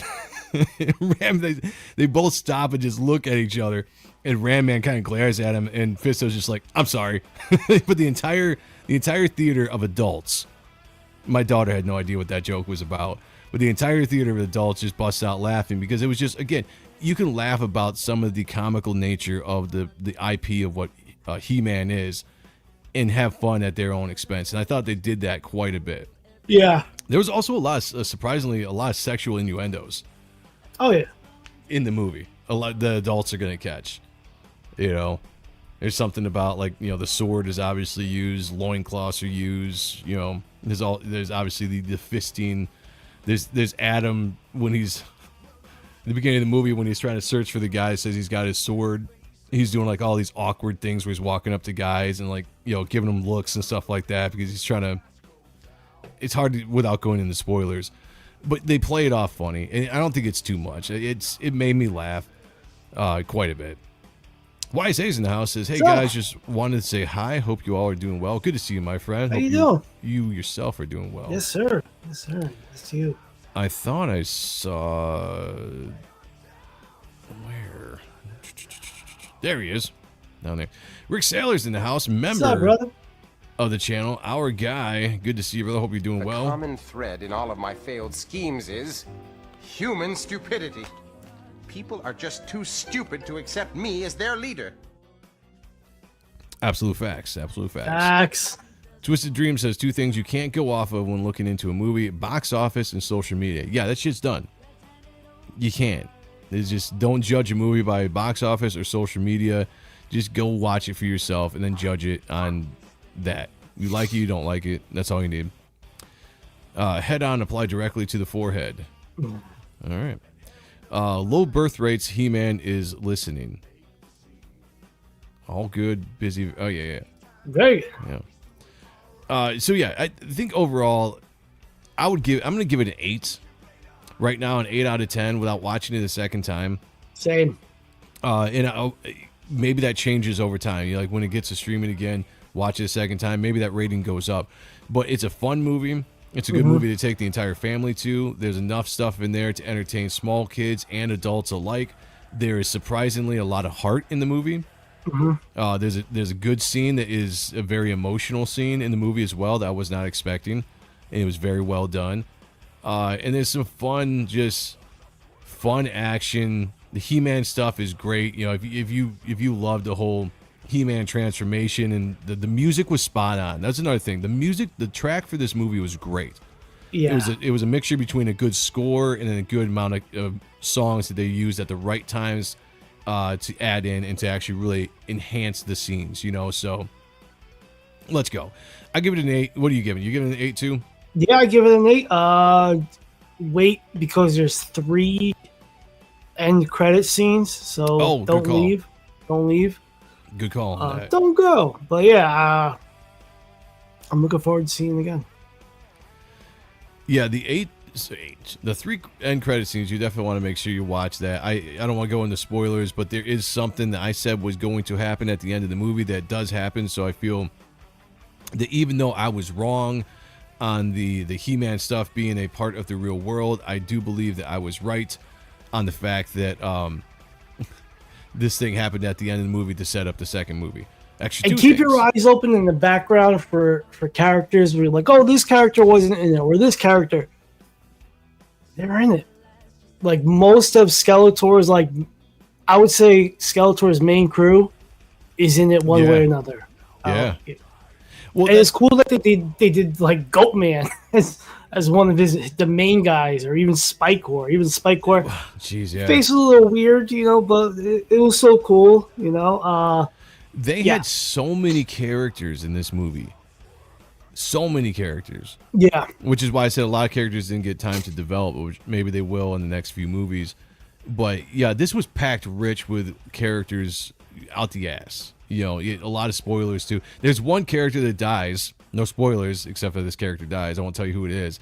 But Sean and I were both kind of like, that was maybe one of my knocks on the movie, is that they used this character as fodder. When I think it was that was a mistake. It was a comical fodder, and I think it was a mistake. And you know, who knows? Maybe they'll rectify that going forward. We got Drawing Aces in the house. What's going on, Edwin? It says hail What's peeps. going on, brother? Hail to you. How you doing? You're doing well. So yeah, overall great movie. I'm looking forward to seeing it again. All right, jumping into the Todd McFarlane. He recently said something on AI, or about AI, I should say. It's actually pretty interesting. So this is a 2 minute 45 second clip. Let's see, you know, because Todd talks a lot. This in reality, this probably could have been like a 50-second clip. But Todd he loves the sound of his own voice, which I love. I'm the same way. You know, I can talk for a while. So shout out to Todd. But here we go. I think he was asked about AI in this clip. What are your opinions on AI, specifically in artistic spaces? I don't get what why people are so worked up. I don't get it. You don't get why people are upset about it? Yeah. First of all, can I say that Todd inspires me to be able to still wear black and leather into my late 60s. You know? Well, turtlenecks. Yeah, or turtlenecks. Yeah, like his style. He's still got the style, man, for being an older dude. And it works. It fits for him. Because I'm like, I'm sitting here in my, like, I'm getting older and stuff, you know. Maybe I need to start dressing like an adult, you know, instead of all the black T-shirts, band T-shirts, comic shirts. But then I look at Todd. I'm like, you know what? Nah, I got a few years. I want a turtleneck. I don't know if I could pull off the turtleneck, and they're very uncomfortable, but he makes it work. I just wanted to point that out of the man's style. And here's why. Like, they're a tool. It's a tool, and we can break down this tool in a minute, and I will. But if first, you just look at it story. as an efficiency, it's a tool that's efficient. Every tool that's come along in the history of mankind. Rick, this is very true. When you're rich, you can do whatever. Some might say when you're rich, you can grab them by the pussy. But I'm just saying. Some might say that. Not everybody. Some do. And I'm right there with them. Let's go. Put somebody out of business, right? Somebody along the line was selling a lot of buckboard wagons. And then somebody said, I'm going to invent a car. And then it's like, okay, why don't we worry? Why don't we cry for them, right? So then all of a sudden the word processor came up, and now they're selling less pencils, right? Because like, why? We don't need pencils anymore. We can just do it on here. Matter of fact, we don't even need paper. We can just do it on here, and send it in digital. Like, and we didn't cry for them, right? So there used to be VHSs, and then it went to DVDs, and now you can just stream it, right? The people who are making DVDs are out of business for the most part. 90% of them don't exist. Why don't we cry for them? Yeah. So if there's an efficiency, the problem with any new tool, is it can be used for both good and bad. So I can give you a hammer, and you can either build me a house. I feel like there's a lot of word salad, and I like Todd. But I don't feel like he's really answering the question, do you? That's his whole shtick. It's not his shtick, but his whole MO. He's like a politician, you know. Like, let me just give you 100 words on your question, and by the time I get done, you're just gonna be like, I think he answered it. Let's move on. Like, that's the difference between him and Rob. Like, Rob just gets to the point. He'll break it down for you. Yeah. But you'll get to the point like quicker. I think with Todd, he's like, but then, you know, did I tell you I played Pac-9 baseball? Well, I did play with ball. Mug. No turtleneck somehow Todd can pull it off. Yeah, Todd can do it. I can't do it. I don't want to do it. I do cry that DVDs and CDs are drastically depleted. Yeah, you know, because we grew up in the era, you know, you watching that kind of go away kind of sucks. But what Todd here, I think, is doing is he's very firmly sitting on the fence. Because I think he understands that where the world is going when it comes to AI. And he doesn't want to make a hard line in the sand about anything that he might have to change his mind on or accept later on. And so I think he's just taking a very neutral, very political response to this question. I would be interested to see what he really feels like behind the scenes when he's just talking to his friends when it comes to the AI, when it comes to art. You can look at AI when it comes to business, and we had this discussion on the Grift on Thursday about where I think the benefits for AI are and where the downfalls are as well. And I think that's what he's kind of trying to do. He's like trying to play to both crowds, not piss everybody off, but make everybody maybe a little bit annoyed, but nobody, freaks out about it. Sean? Yep.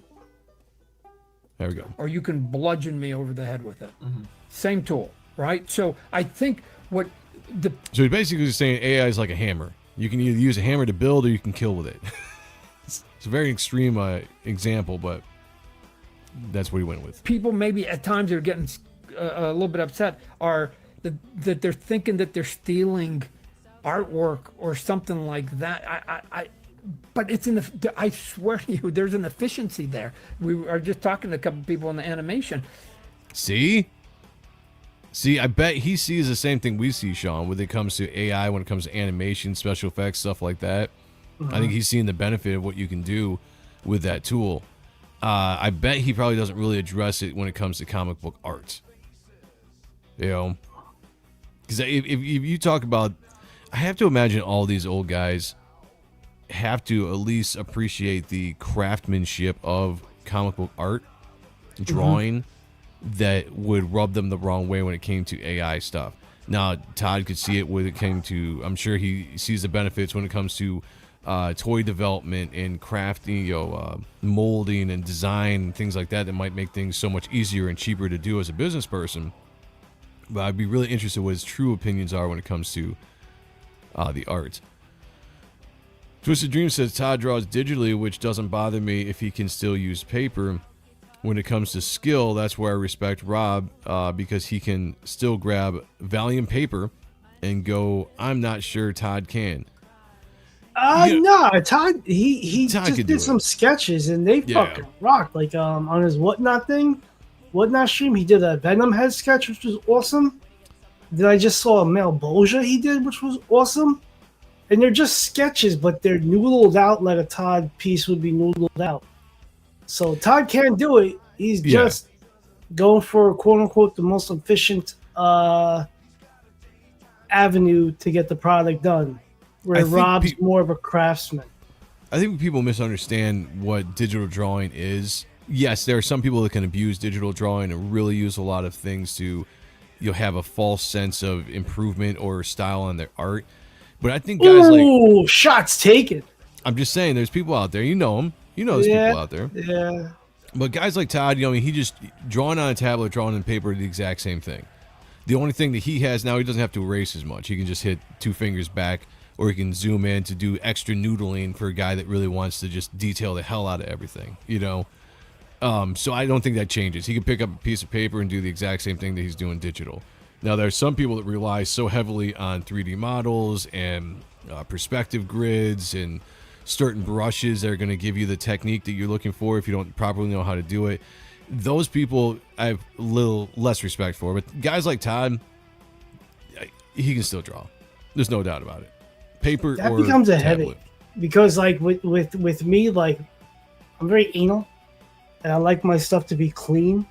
There you go. But like with digital, like it just gets to be a headache trying to figure all that shit out, where it's just like, you know what, if I just smudge up the fucking paper and hired an inker and leave it to them to clean it up.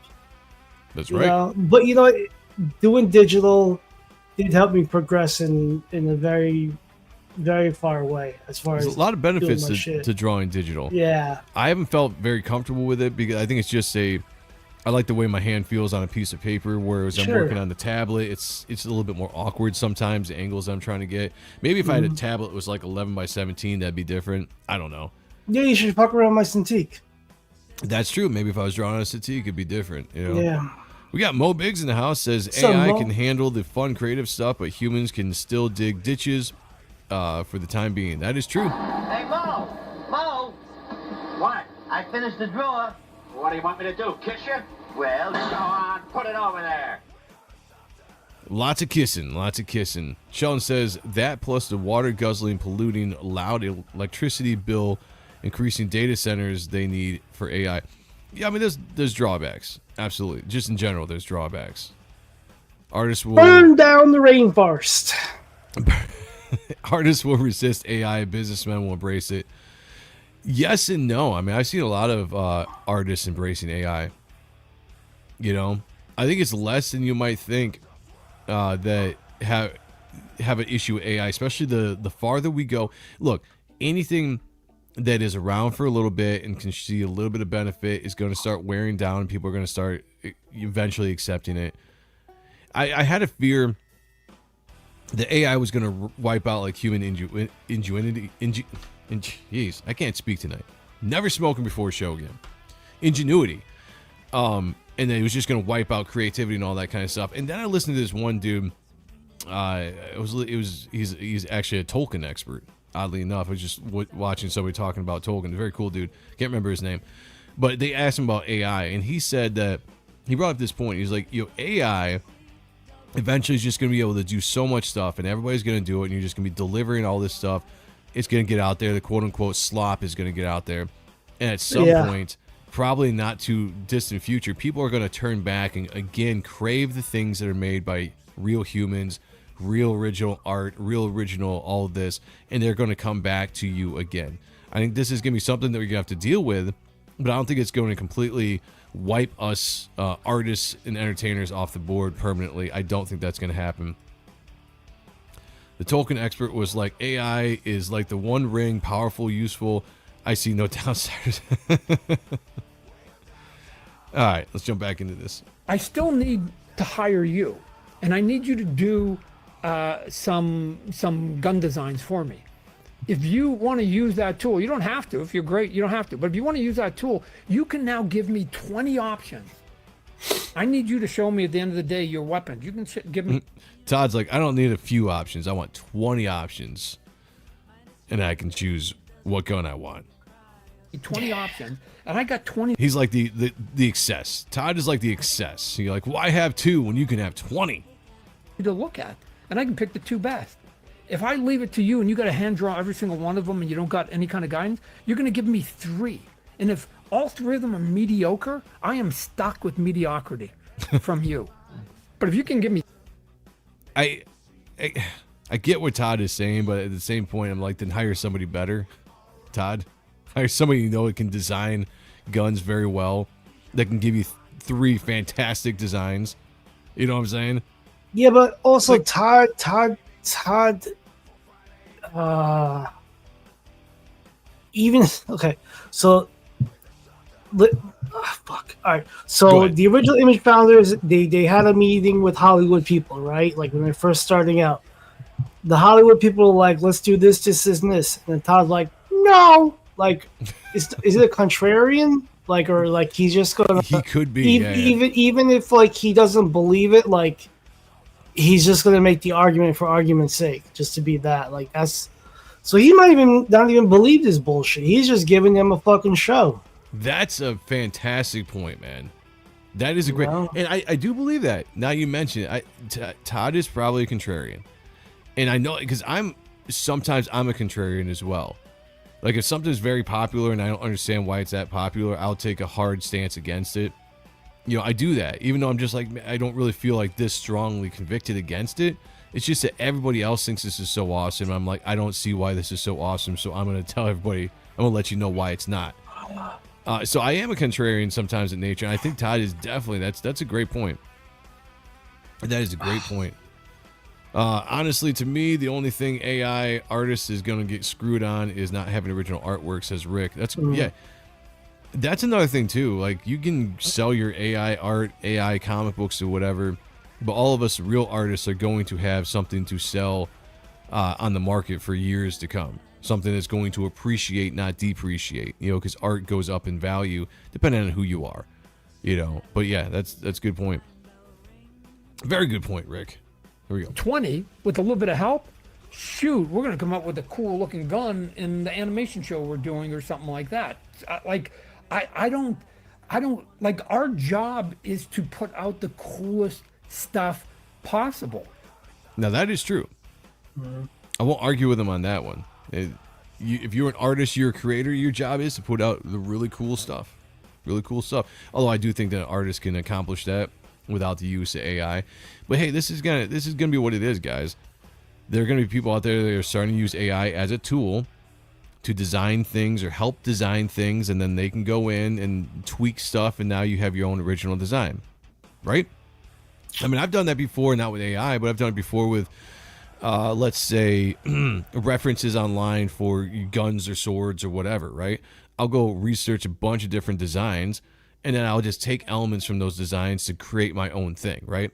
There's not much difference about that, except one is me putting the effort into doing it, and the other is just a AI producing instantly at the drop of a hat bunch of different options for you to now, make your own, tweak your own stuff into. You know what I'm saying? It's pretty much the same thing. That's what he's talking about, and I think that's why it doesn't bother him so much when it comes to this stuff. Now, somebody asked Todd straight out, what do you think about somebody using AI art to draw an entire comic book? I want to see what he says about that. I'd be really interested to see what he says about that, because until AI gets absolutely perfect, AI is not going to be able to understand, guiding an eye through a page, why you do certain camera angles and shots for dynamics and energy. AI is not going to get that. They're just going to do a copy, a lesser version of something that's already been done before, almost essentially just guessing. Like, all right, this is what a comic book looks like. Let me just put together stuff that looks like a comic book. And maybe they will nail some things, but they're not going to be able to have that human thought process of creativity when it comes to sequentially telling a story. Yeah. They say it's just a tool, says Mo Biggs, and then if they maintain that level of discipline to only use it as a tool and not to have it do the work for them, it might work for them. But I think most will get lazy. Yeah, no, that's true. And eventually it will get to the point of, why should I buy your AI comic when I can just have the AI make one perfectly to my taste, myself, and not involve you? Yeah, and I said this before about the AI artists. People are going to get into the AI field thinking this is the next big industry to get into and it's going to blow up and whatever.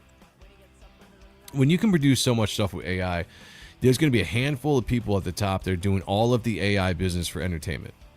Handful of people or handful of studios that do all of the work, and that's going to take all of those jobs away. So everybody thinking they can just get the AI and just jump into this new industry, I think you're going to be mistaken. I think you're going to be mistaken for how many jobs are actually available to you and a career that's going to be available, because it's going to get watered down real quick. And then people are going to start looking for custom stuff, and they're going to go back to real people, real artists, all that. So, wait, is AI the Mexicans of the art field? Oh God, they're coming for your jobs. I could say them on paper. Fuck off. That's true. Sean is Mexican on paper. That's all that's been running through my head. Like, they're running through the cornfields. They're picking a bean at one at a time. The perfect bean for your puppy. It could be very close. It could be very close. Yeah, I'm not as worried about AI nowadays. After a couple discussions, I've seen people talk about it. Yeah. I'm like, do your thing. It's technology. Yeah. We're gonna keep on growing. Nothing we can do about it. Keep on doing original stuff. By your hands, the work of your hands, everybody, and people will still appreciate it.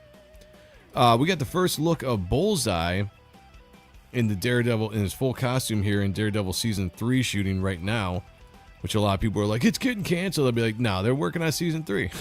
Like, they got plans for this.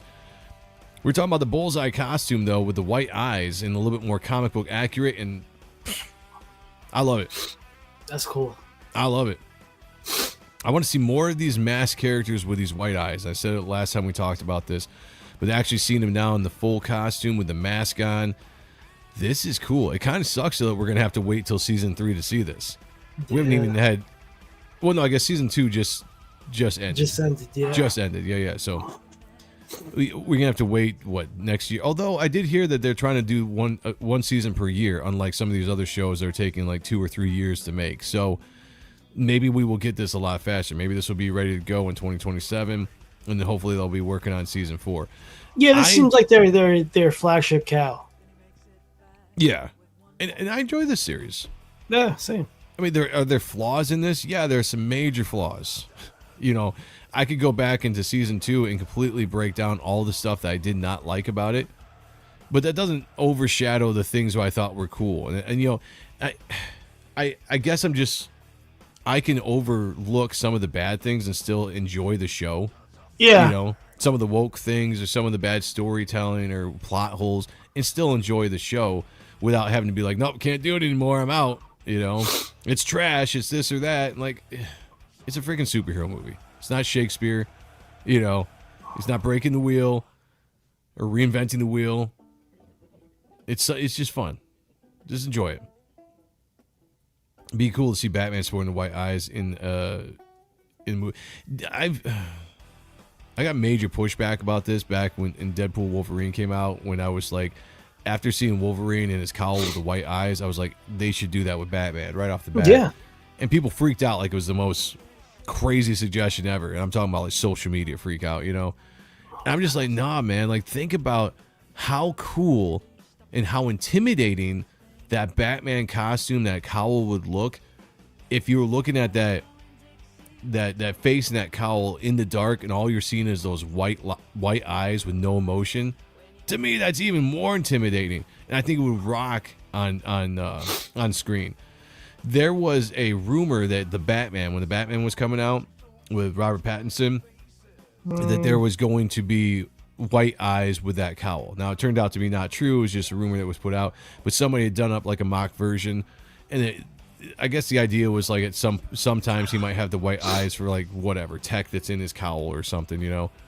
And I was like, man, they should have done it. They should have done it. It would have been really cool. And I doubt they will ever do it because there is emotion in the eyes. There is emotion in the eyes. But for acting wise, you kind of need it. But I think it would be cool. White eyes only work in animated features. See, KO Joe, I don't think that's true. Like, you look at the first white-eyed character was Deadpool, right? When they did the comic book accurate costume back in 2015, when Deadpool came out, he was the first character to have those white. I'm not counting Spider-Man's, you know, Sam Raimi or the Amazing Spider-Man run. I'm talking about they were like, this character, we don't need to show his eyes. We're going to go with the classic comic book accurate white eyes. And that was the first time I was like, this can work. This can work all over the place. And then Wolverine did it with Deadpool Wolverine. And now we're getting it with Bullseye here in Daredevil. And even when you look at Daredevil doesn't have white eyes, but he's got the straight red eyes. Mm-hmm. You know, you don't see Daredevil's eyes in that costume. They're glassed over red eyes. And it works. So I would disagree with that. I think it works absolutely well in live action, not just anime. Twisted Dream says I would be okay with AI taking Robert Pattinson's job for Batman. I didn't think it was that bad. I did. If I never see that movie again, I'll be fine. I'm one of the rare ones. I'm one of the minority, I guess, in that. I didn't think he did a bad job. I wasn't as. I don't know. I don't know why. Was he my favorite Batman? No. But will I go see the next Batman film? Yeah, absolutely. I did like that. I don't know if it was intentional or maybe how his head is shaped. It looked like a Frank Quietly drawn Batman. It was not my favorite costume, I'll say that.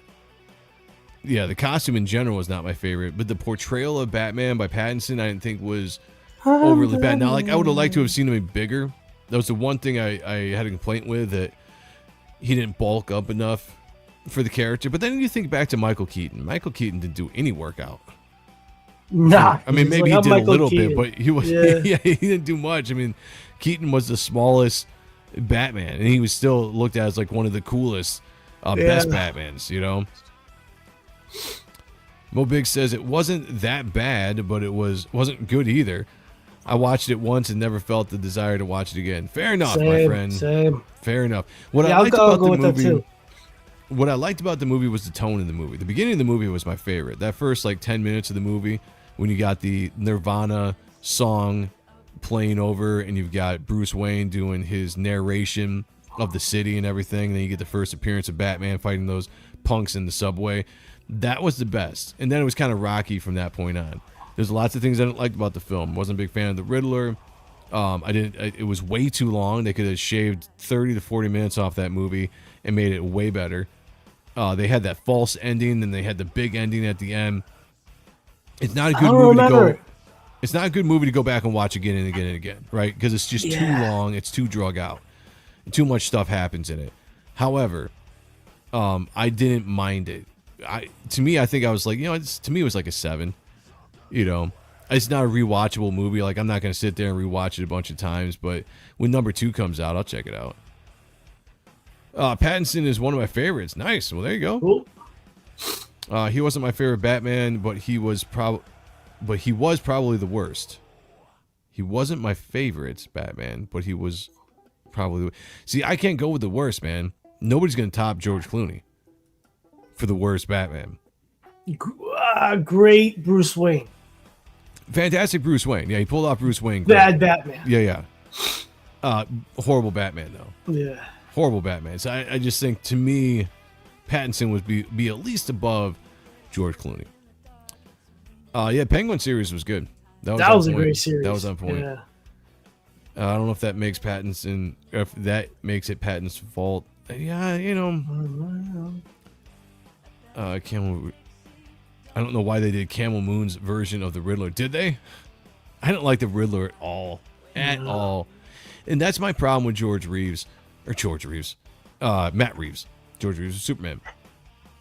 Matt Reeves is trying to make it gritty and grounded, and I get that, but you grounded this so much that the character didn't resemble the characters anymore, except for Batman. I like the detective aspect of it. That's cool. But this whole kind of I Am Sam kind of killer Riddler was not it for me. It was not it at all. And I also didn't like the actor that played Riddler. I've never liked that actor. At least Batman 1997 is a campy fun watch. Yeah, that's true. That is one thing you can say about that. It definitely leaned into the camp, which is something I would say that He-Man did, but not in a bad way. There's a lot of fun things about He-Man. All right, got a couple clips here of Supergirl I want to bring up as they're starting to really promote this movie and get this one going. I know Sean said he's seen one of these. I'm going to show the one he hasn't seen yet. Nice. Yeah, I'm going to do that. This is actually, like I said before, you guys have been watching from the beginning. This is the movie my daughter is actually really excited to go see. And I think it actually looks pretty decent. So let's see what this clip is all about. Wait for Warner Brothers to hit this channel with copyright strikes. Well, she doesn't look like that. She has Downs this one. It's just from the Dragon show. He's a Downy Downer. Yeah. So you think she looked more down in the Dragon show than this one? Interesting. Yeah. Okay. There we go. Information's gonna cost you. I'll tell you what. I'll arm wrestle you for her. Seriously. You win and you can have us both. Oh, wow. I win. And you can tell us where the brigands are. Did she say the Bergens, like in the Trolls? The Bergens? Bo Big says you were looking at her face in House of Dragon. I thought she looked really good in House of the Dragon. Maybe I just like that look. I don't know. Deal. Like, see, that's what's up. The spinning of the hand, like she's getting ready, like she's getting ready to go to work. Put that work in like she's done that before. Yeah. She knows what she's doing. To it. Well, now you play with me. Oh shit. That was rude. Yeah.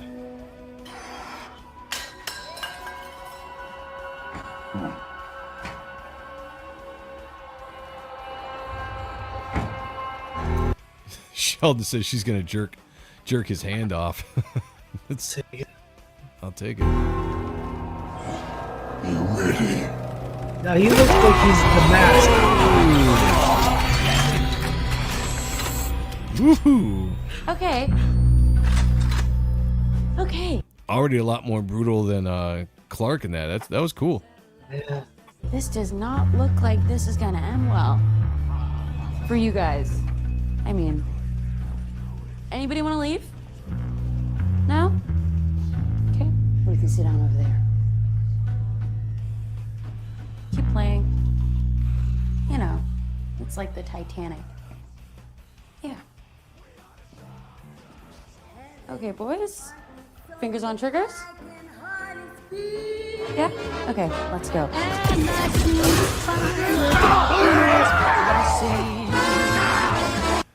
This is one of the things I don't like about modern day movies is scenes like this where you're focusing on her reaction when all this action is going on in the background. We're like, I want to see this action.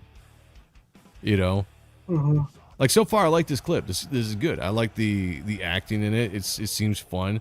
But you get to this point, I'm like, no. Like, I want to see her beating the shit out of all these people, and not this chick, as you're getting guys out of focus here, flying around in the background. You When does this come out? Oh, soon, I think, right? July? It's got June or July. I'll probably say here at the end. Hold on a second. When? Nope, doesn't say at the end. I'll go back to her breaking that dude's arm. That was good. You ready?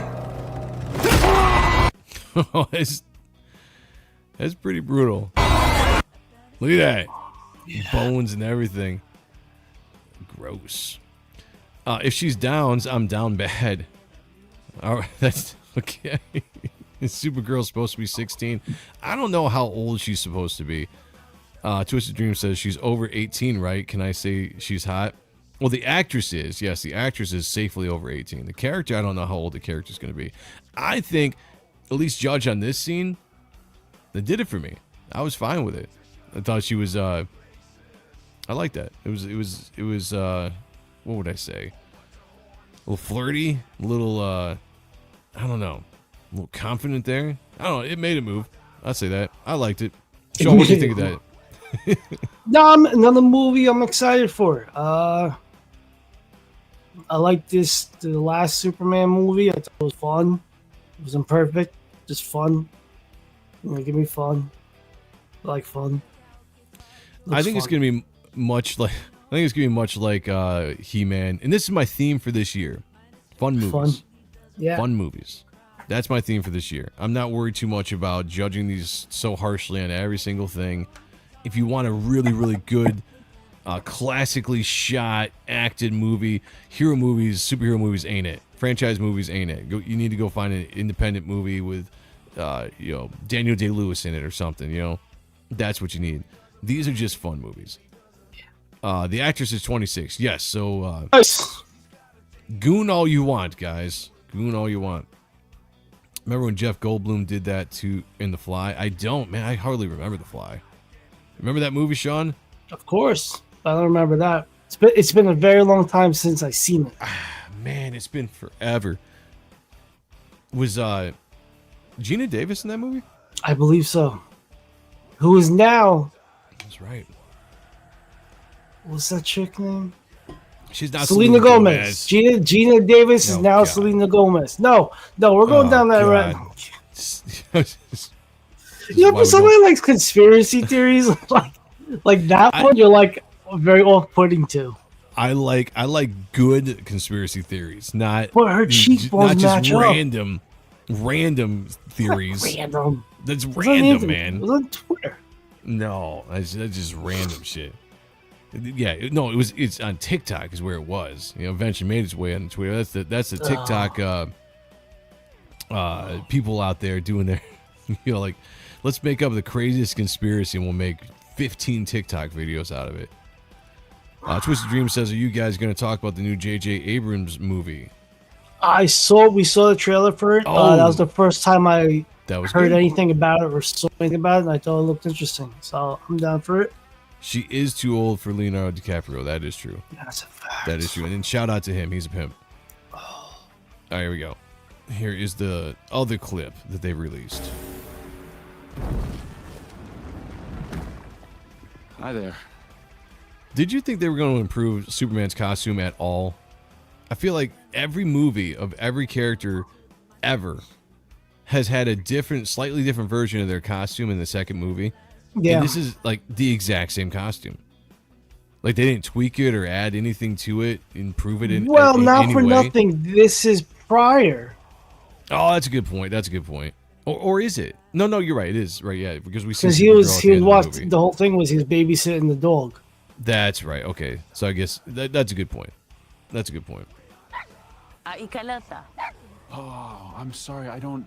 Oh, I don't. I don't speak Kryptonian. I didn't never. Shoot. I wasn't raised there, so I wasn't raised there. Why am I talking louder? Let me help you. Still feel like the yellow in his symbol should be a little bit more yellow. Yeah. It's very dark. It's a feisty little guy. It's cute. Is it okay if I...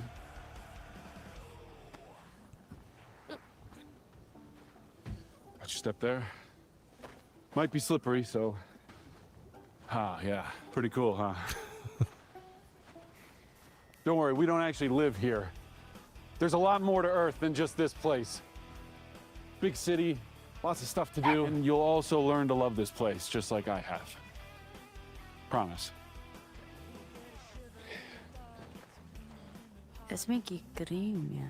Oh, should mention,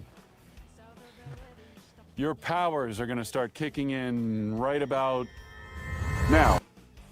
It's gonna be interesting to see what they do with that scene. I think the greatest scene for powers kicking in would be the Jeff Loeb, Michael Turner, Supergirl the Apocalypse run with Supergirl in it, where she shows up and then she doesn't know how to use her powers, so she just starts destroying stuff. You know, I wonder if they're not gonna go that route because they're in the middle of Antarctica or whatever. So what's there really to go crazy with? But it would have been fun to see like that kind of intro to Supergirl, her coming to, in this case, Metropolis instead of Gotham City, and having to have Superman like subdue her a little bit as she's just kind of freaking out because these powers are happening. This scene didn't get me as excited as much as the scene we just watched prior.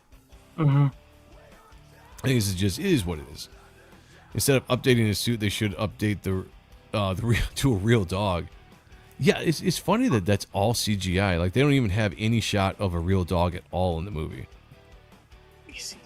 I mean, I guess maybe it's easier than trying to train a dog and get the trainer out there and have him act. I don't know. I've never acted with a dog before, so who knows? I've never directed a dog. No, that's not true. We tried to direct Owen to get in the house, and she's like, "Ooh." That's a good point. Yeah. That is a good point. What was that movie called, J.J. Abrams? It was something Oak Street, corner of Oak Street. Something, yeah. Let me see if I can find it here for...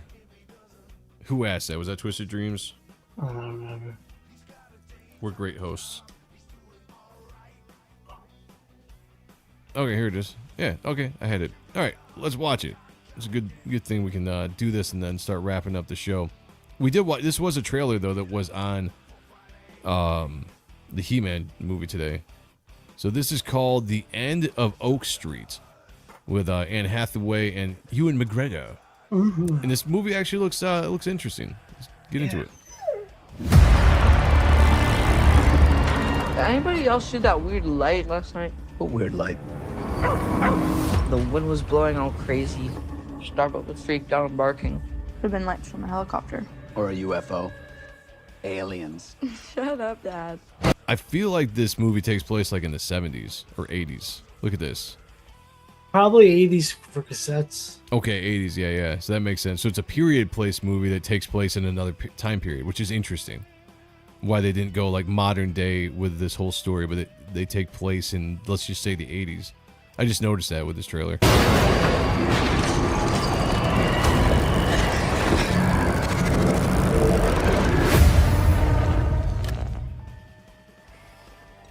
Water's not working.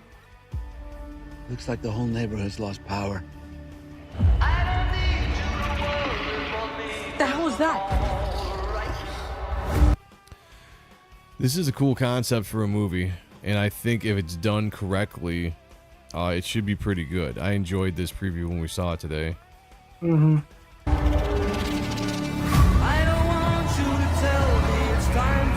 That's pretty cool. Yeah. Now, I'm hoping they improve the CGI just a little bit. I don't know what the budget is for this movie. They could touch this up just a little, you know. But the concept is really cool. This entire neighborhood has been taken out of wherever it is, kind California or somewhere. What? No, Pittsburgh, Pennsylvania, wherever they say it is in this trailer, and then dropped into like, 65 million years ago or something like that. It's a cool concept to a movie. I like it so far. We can't leave. I think that our neighborhood, our house, our whole street has moved. How the hell is that even possible? I think this would have been a cool concept even if it wasn't dinosaurs, Mhm. Like, this kind of gets back to a little bit more of the classic sci-fi movies you would have seen, like, in the 80s and 90s, when you just have a story of a neighborhood that gets plucked out of nowhere and thrown into a different world, different timeline, whatever. Like, it's good shit. I like this. I'm liking it. What are you thinking, Sean? I'm with you, man. I'm on board. Here we go. Get out of there, run! What the hell's going on? Get inside now! I feel bad for this lady. Okay, wait. I wanted to go back and just... Because I didn't get to do this on the trailer today at the theater. I wanted to see. So they're going with the feathered dinosaurs. Or at least with Brett's the raptors. gonna like it. Yeah, Brett Booth will like it. I like it. I like that, though. It's something different, right? We're not used to it. Yeah, trying to do everybody's trying to do Jurassic Park with every dinosaur movie. It's like, do something a little bit different. Do the feathered dinosaurs, and it sucks. I always like it in these movies when someone goes screaming at people, they're like, get inside, get to safety, and you always get the one person who's like, what? They're the one that gets killed. And I don't know, maybe she deserved it. She doesn't look like a nice person. Say what? Seems like a Karen. Why Yeah, do I yeah, have to get definitely. to my house? Don't tell me what to do. I'm a strong, independent woman. Mo Big says feathered dinosaurs equals CCP propaganda. There you go.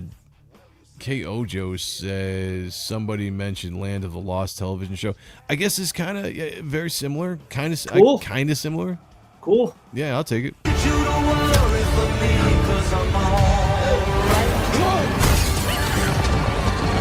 Gather supplies.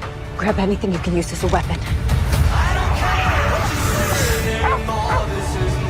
What are we gonna do? that reminded me of Cat. That's Cat for sure. Yeah, that definitely. Every time I laughed when I saw this in the theater too. She Yeah. pops their head out. Yeah. Amongst all of this, it gets this one scene. It does though, very much so. The cat's probably gonna be eaten though. Oh. I mean, it's not our cat. Yeah, that's right. So this is interesting right here, right? So I want to know in this movie what it is that caused this neighborhood to go back in time and what this spherical is. I think the real kind of twist on this movie is going to be what put them in time. Is it like technology? Is it the aliens? MacGuffin. Yeah, what's it going to be? And this right here is just like, I don't know what that is, but that's interesting. We're gonna survive.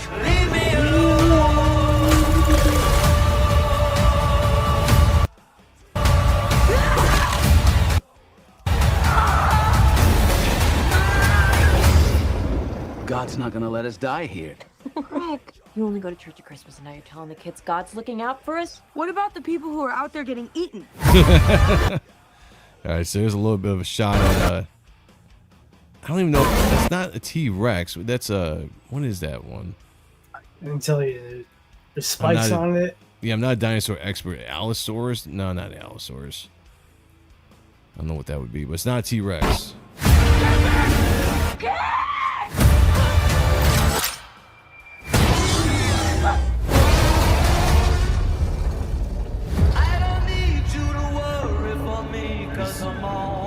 Right.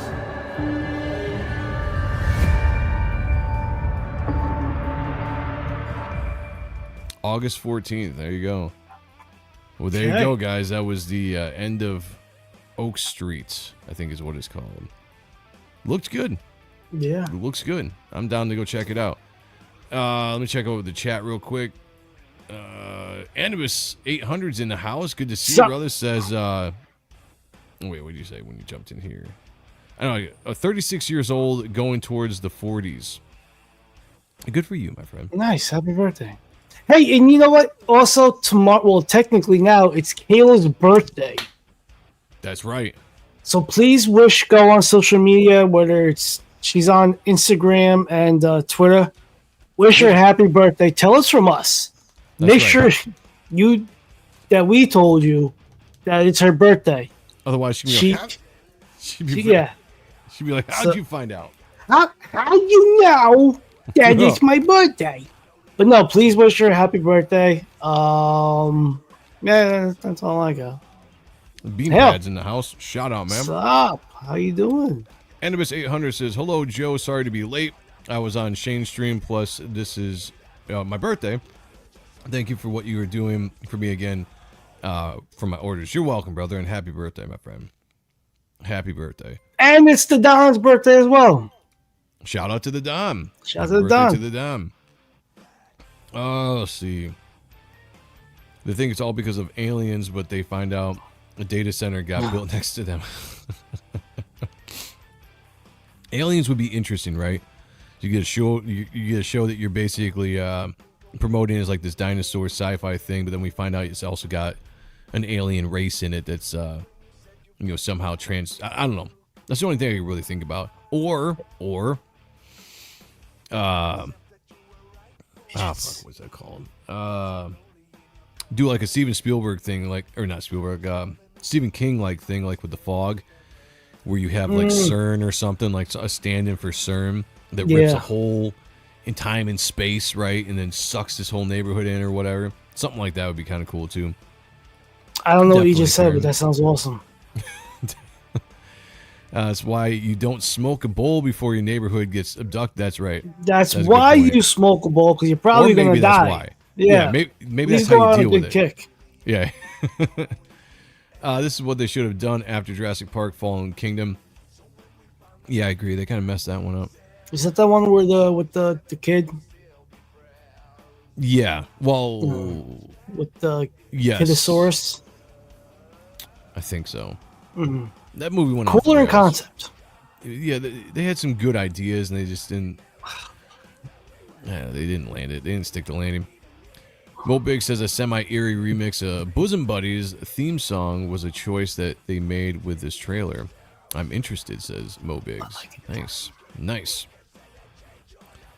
Back Reaper Destroyer, guys, a good birthday gift. Hell yeah, grab it up. Everybody's having a birthday somewhere, Back Reaper Destroyer today. A lot of parents were busy 9 months and 30-something years ago. That's a good point.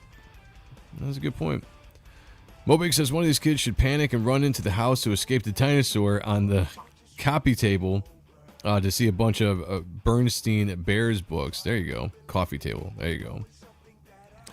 I don't know. I think it'll be good. I don't think I'll watch it in the theater, though. I think I'll probably wait till it gets to streaming. And I think I'll just enjoy that one late night with my wife and watch that. If you guys haven't yet, please go to SuperiorPressComics.com and check out the new Reaper Destroyer 2 campaign that we have on here. This is really more just like a pre-order. The campaign will be on Indiegogo as soon as they approve the campaign, which I've had some communication with them over the weekend, and hopefully tomorrow I can get a new form to them with some of their requests, and we'll get this thing going, and we'll get that up on Indiegogo. Until then, we got 6 days left on this. I'll probably extend it because I had no idea I was going to be running this for almost 30 days without having Indiegogo even up and running as an option. But if you don't want it back in Indiegogo, you can come over here to SuperiorPressComics.com and you can get every single thing on this campaign, including the exclusive Lightning Virgin cover, Virgin variant, that you can't get anywhere else. This is the only place you can get this cover, guys. So you definitely going to want to go over here and grab this Virgin cover featuring the very sexy, the very evil Vanessa. We also have the John Malin cover that is the featured cover on this campaign. Very popular, badassly done, colored, inked, drawn, all by John Malin. Trippy, I love it. Go check it out.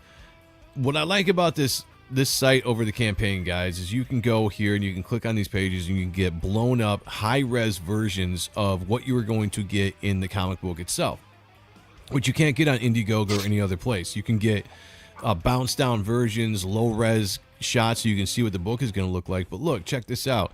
A couple extra clicks and you get this high res. You can just go through this panel by panel to look at the samples I have on this book that we got set up for this campaign. We'll be working on this throughout the year. We got the preview book coming out in December. If you guys don't know what that is, go back that. It's these pages. It's this entire book, 15 pages of it. Full pencils, though, in script. You get to actually read half of the book before anybody else does if you get that preview book in December or January before we actually drop the main book in 2027. Also, go out and get the Ethan Van Sciver cover, which is being colored right now by Dave Kemp. But we have the black and white version of the book available, and this is the best place to actually look at the art until we get the colored version. But absolutely beautiful cover here by Ethan Van Sciver, knocked out of the park, featuring Vanessa and Reaper Destroyer on the cover. Like I said, Dan Kemp is going to draw this in or color this up and make it look awesome, absolutely awesome. So you want to check that out, as well as if you guys missed out on the very first book, you can get the third printing since the Second Chance campaign has ended on Indiegogo and is fulfilling currently. You can get the third printing of this book. And you know what? I'm thinking if you do get this printing, I'm probably not going to make you guys wait the entire time to get this book. I might send these out earlier than the main book, just as saying thank you for backing the campaign and giving you a chance to read the book before it all comes out, as well as a bunch of other stuff. Check it out. You got bundles, you got original art, ash cans, all that kind of stuff. You can get the John Malin t-shirt that we just put on this campaign. If you guys haven't yet, check this out. You don't have to wait for t-shirts. As far as you can back this campaign, and this shirt's going to go out in about a week and get to you. So you don't have to wait for 2027 for this t-shirt to show up. That's another thing I like about having this controlled on my own website as opposed to Indiegogo. So guys, if you haven't yet, links are down below. Check out superiorpresscomics.com. Back Reaper Destroyer. It's a sci-fi fantasy thriller, I guess you could say, but this book being much more fantasy. What I say about this, Reaper Destroyer 2 is an acid trip wrapped inside a twisted dark fantasy. If you guys don't know what that means, Matthew gets pulled into the Veiled Dimension on a mission to confront Apophis for control of his soul. While new allies seem to emerge, Matthew must confront the secrets of his past and survive a slow descent through his own subconscious. If you guys have ever taken any hallucinogenics out there, you know how trippy your own mind can be, and I don't recommend it. But we're going to be following Matthew as he falls to his own subconscious as he's looking for possession and control of his own soul back from the demon Apophis. I don't want to be a stick in the mud, but at this point, fuck Indiegogo. Yeah, I'm getting there, man. The problem with me and a bunch of other creators, though, is we have people that follow the campaigns. And I know there's a bunch of people that don't even know this campaign is live, because I've talked to a few that I think have gone and backed the book after they realized it was live. But it's, the word of mouth doesn't get out enough to everybody that's following. It's 530 people following that campaign over there. I have to imagine a lot of them did not see it, that it's live. Hey, Joe, what is the latest on RD2 Second Chance campaign covers? Great. I'm glad you asked. I just covered that. The Isaac Bell covers just went out. The individual Isaac Bell covers just went out. The bundles we're still waiting on, because my cover, Dale's 24-hour variant cover, and the sketch cover are going to be here on the 15th. We finally got all of hopefully, once I see the books, fingers crossed, all of the misprints out of the way and done with and corrected. As soon as those books are in hand, they are going to be going out to everybody into the mail. So hopefully within this month, you should be getting your order. June or July, I'm thinking, is when you're going to be able to get your order, as well as July. If anybody got the sketchbook, the sketchbook will be going out in July as well. Ethan did a fantastic. Yes, he did. Yes, he did. I'm very proud of all the covers on this campaign. I forgot to even. There's so many covers on this campaign. I forget to mention all of them.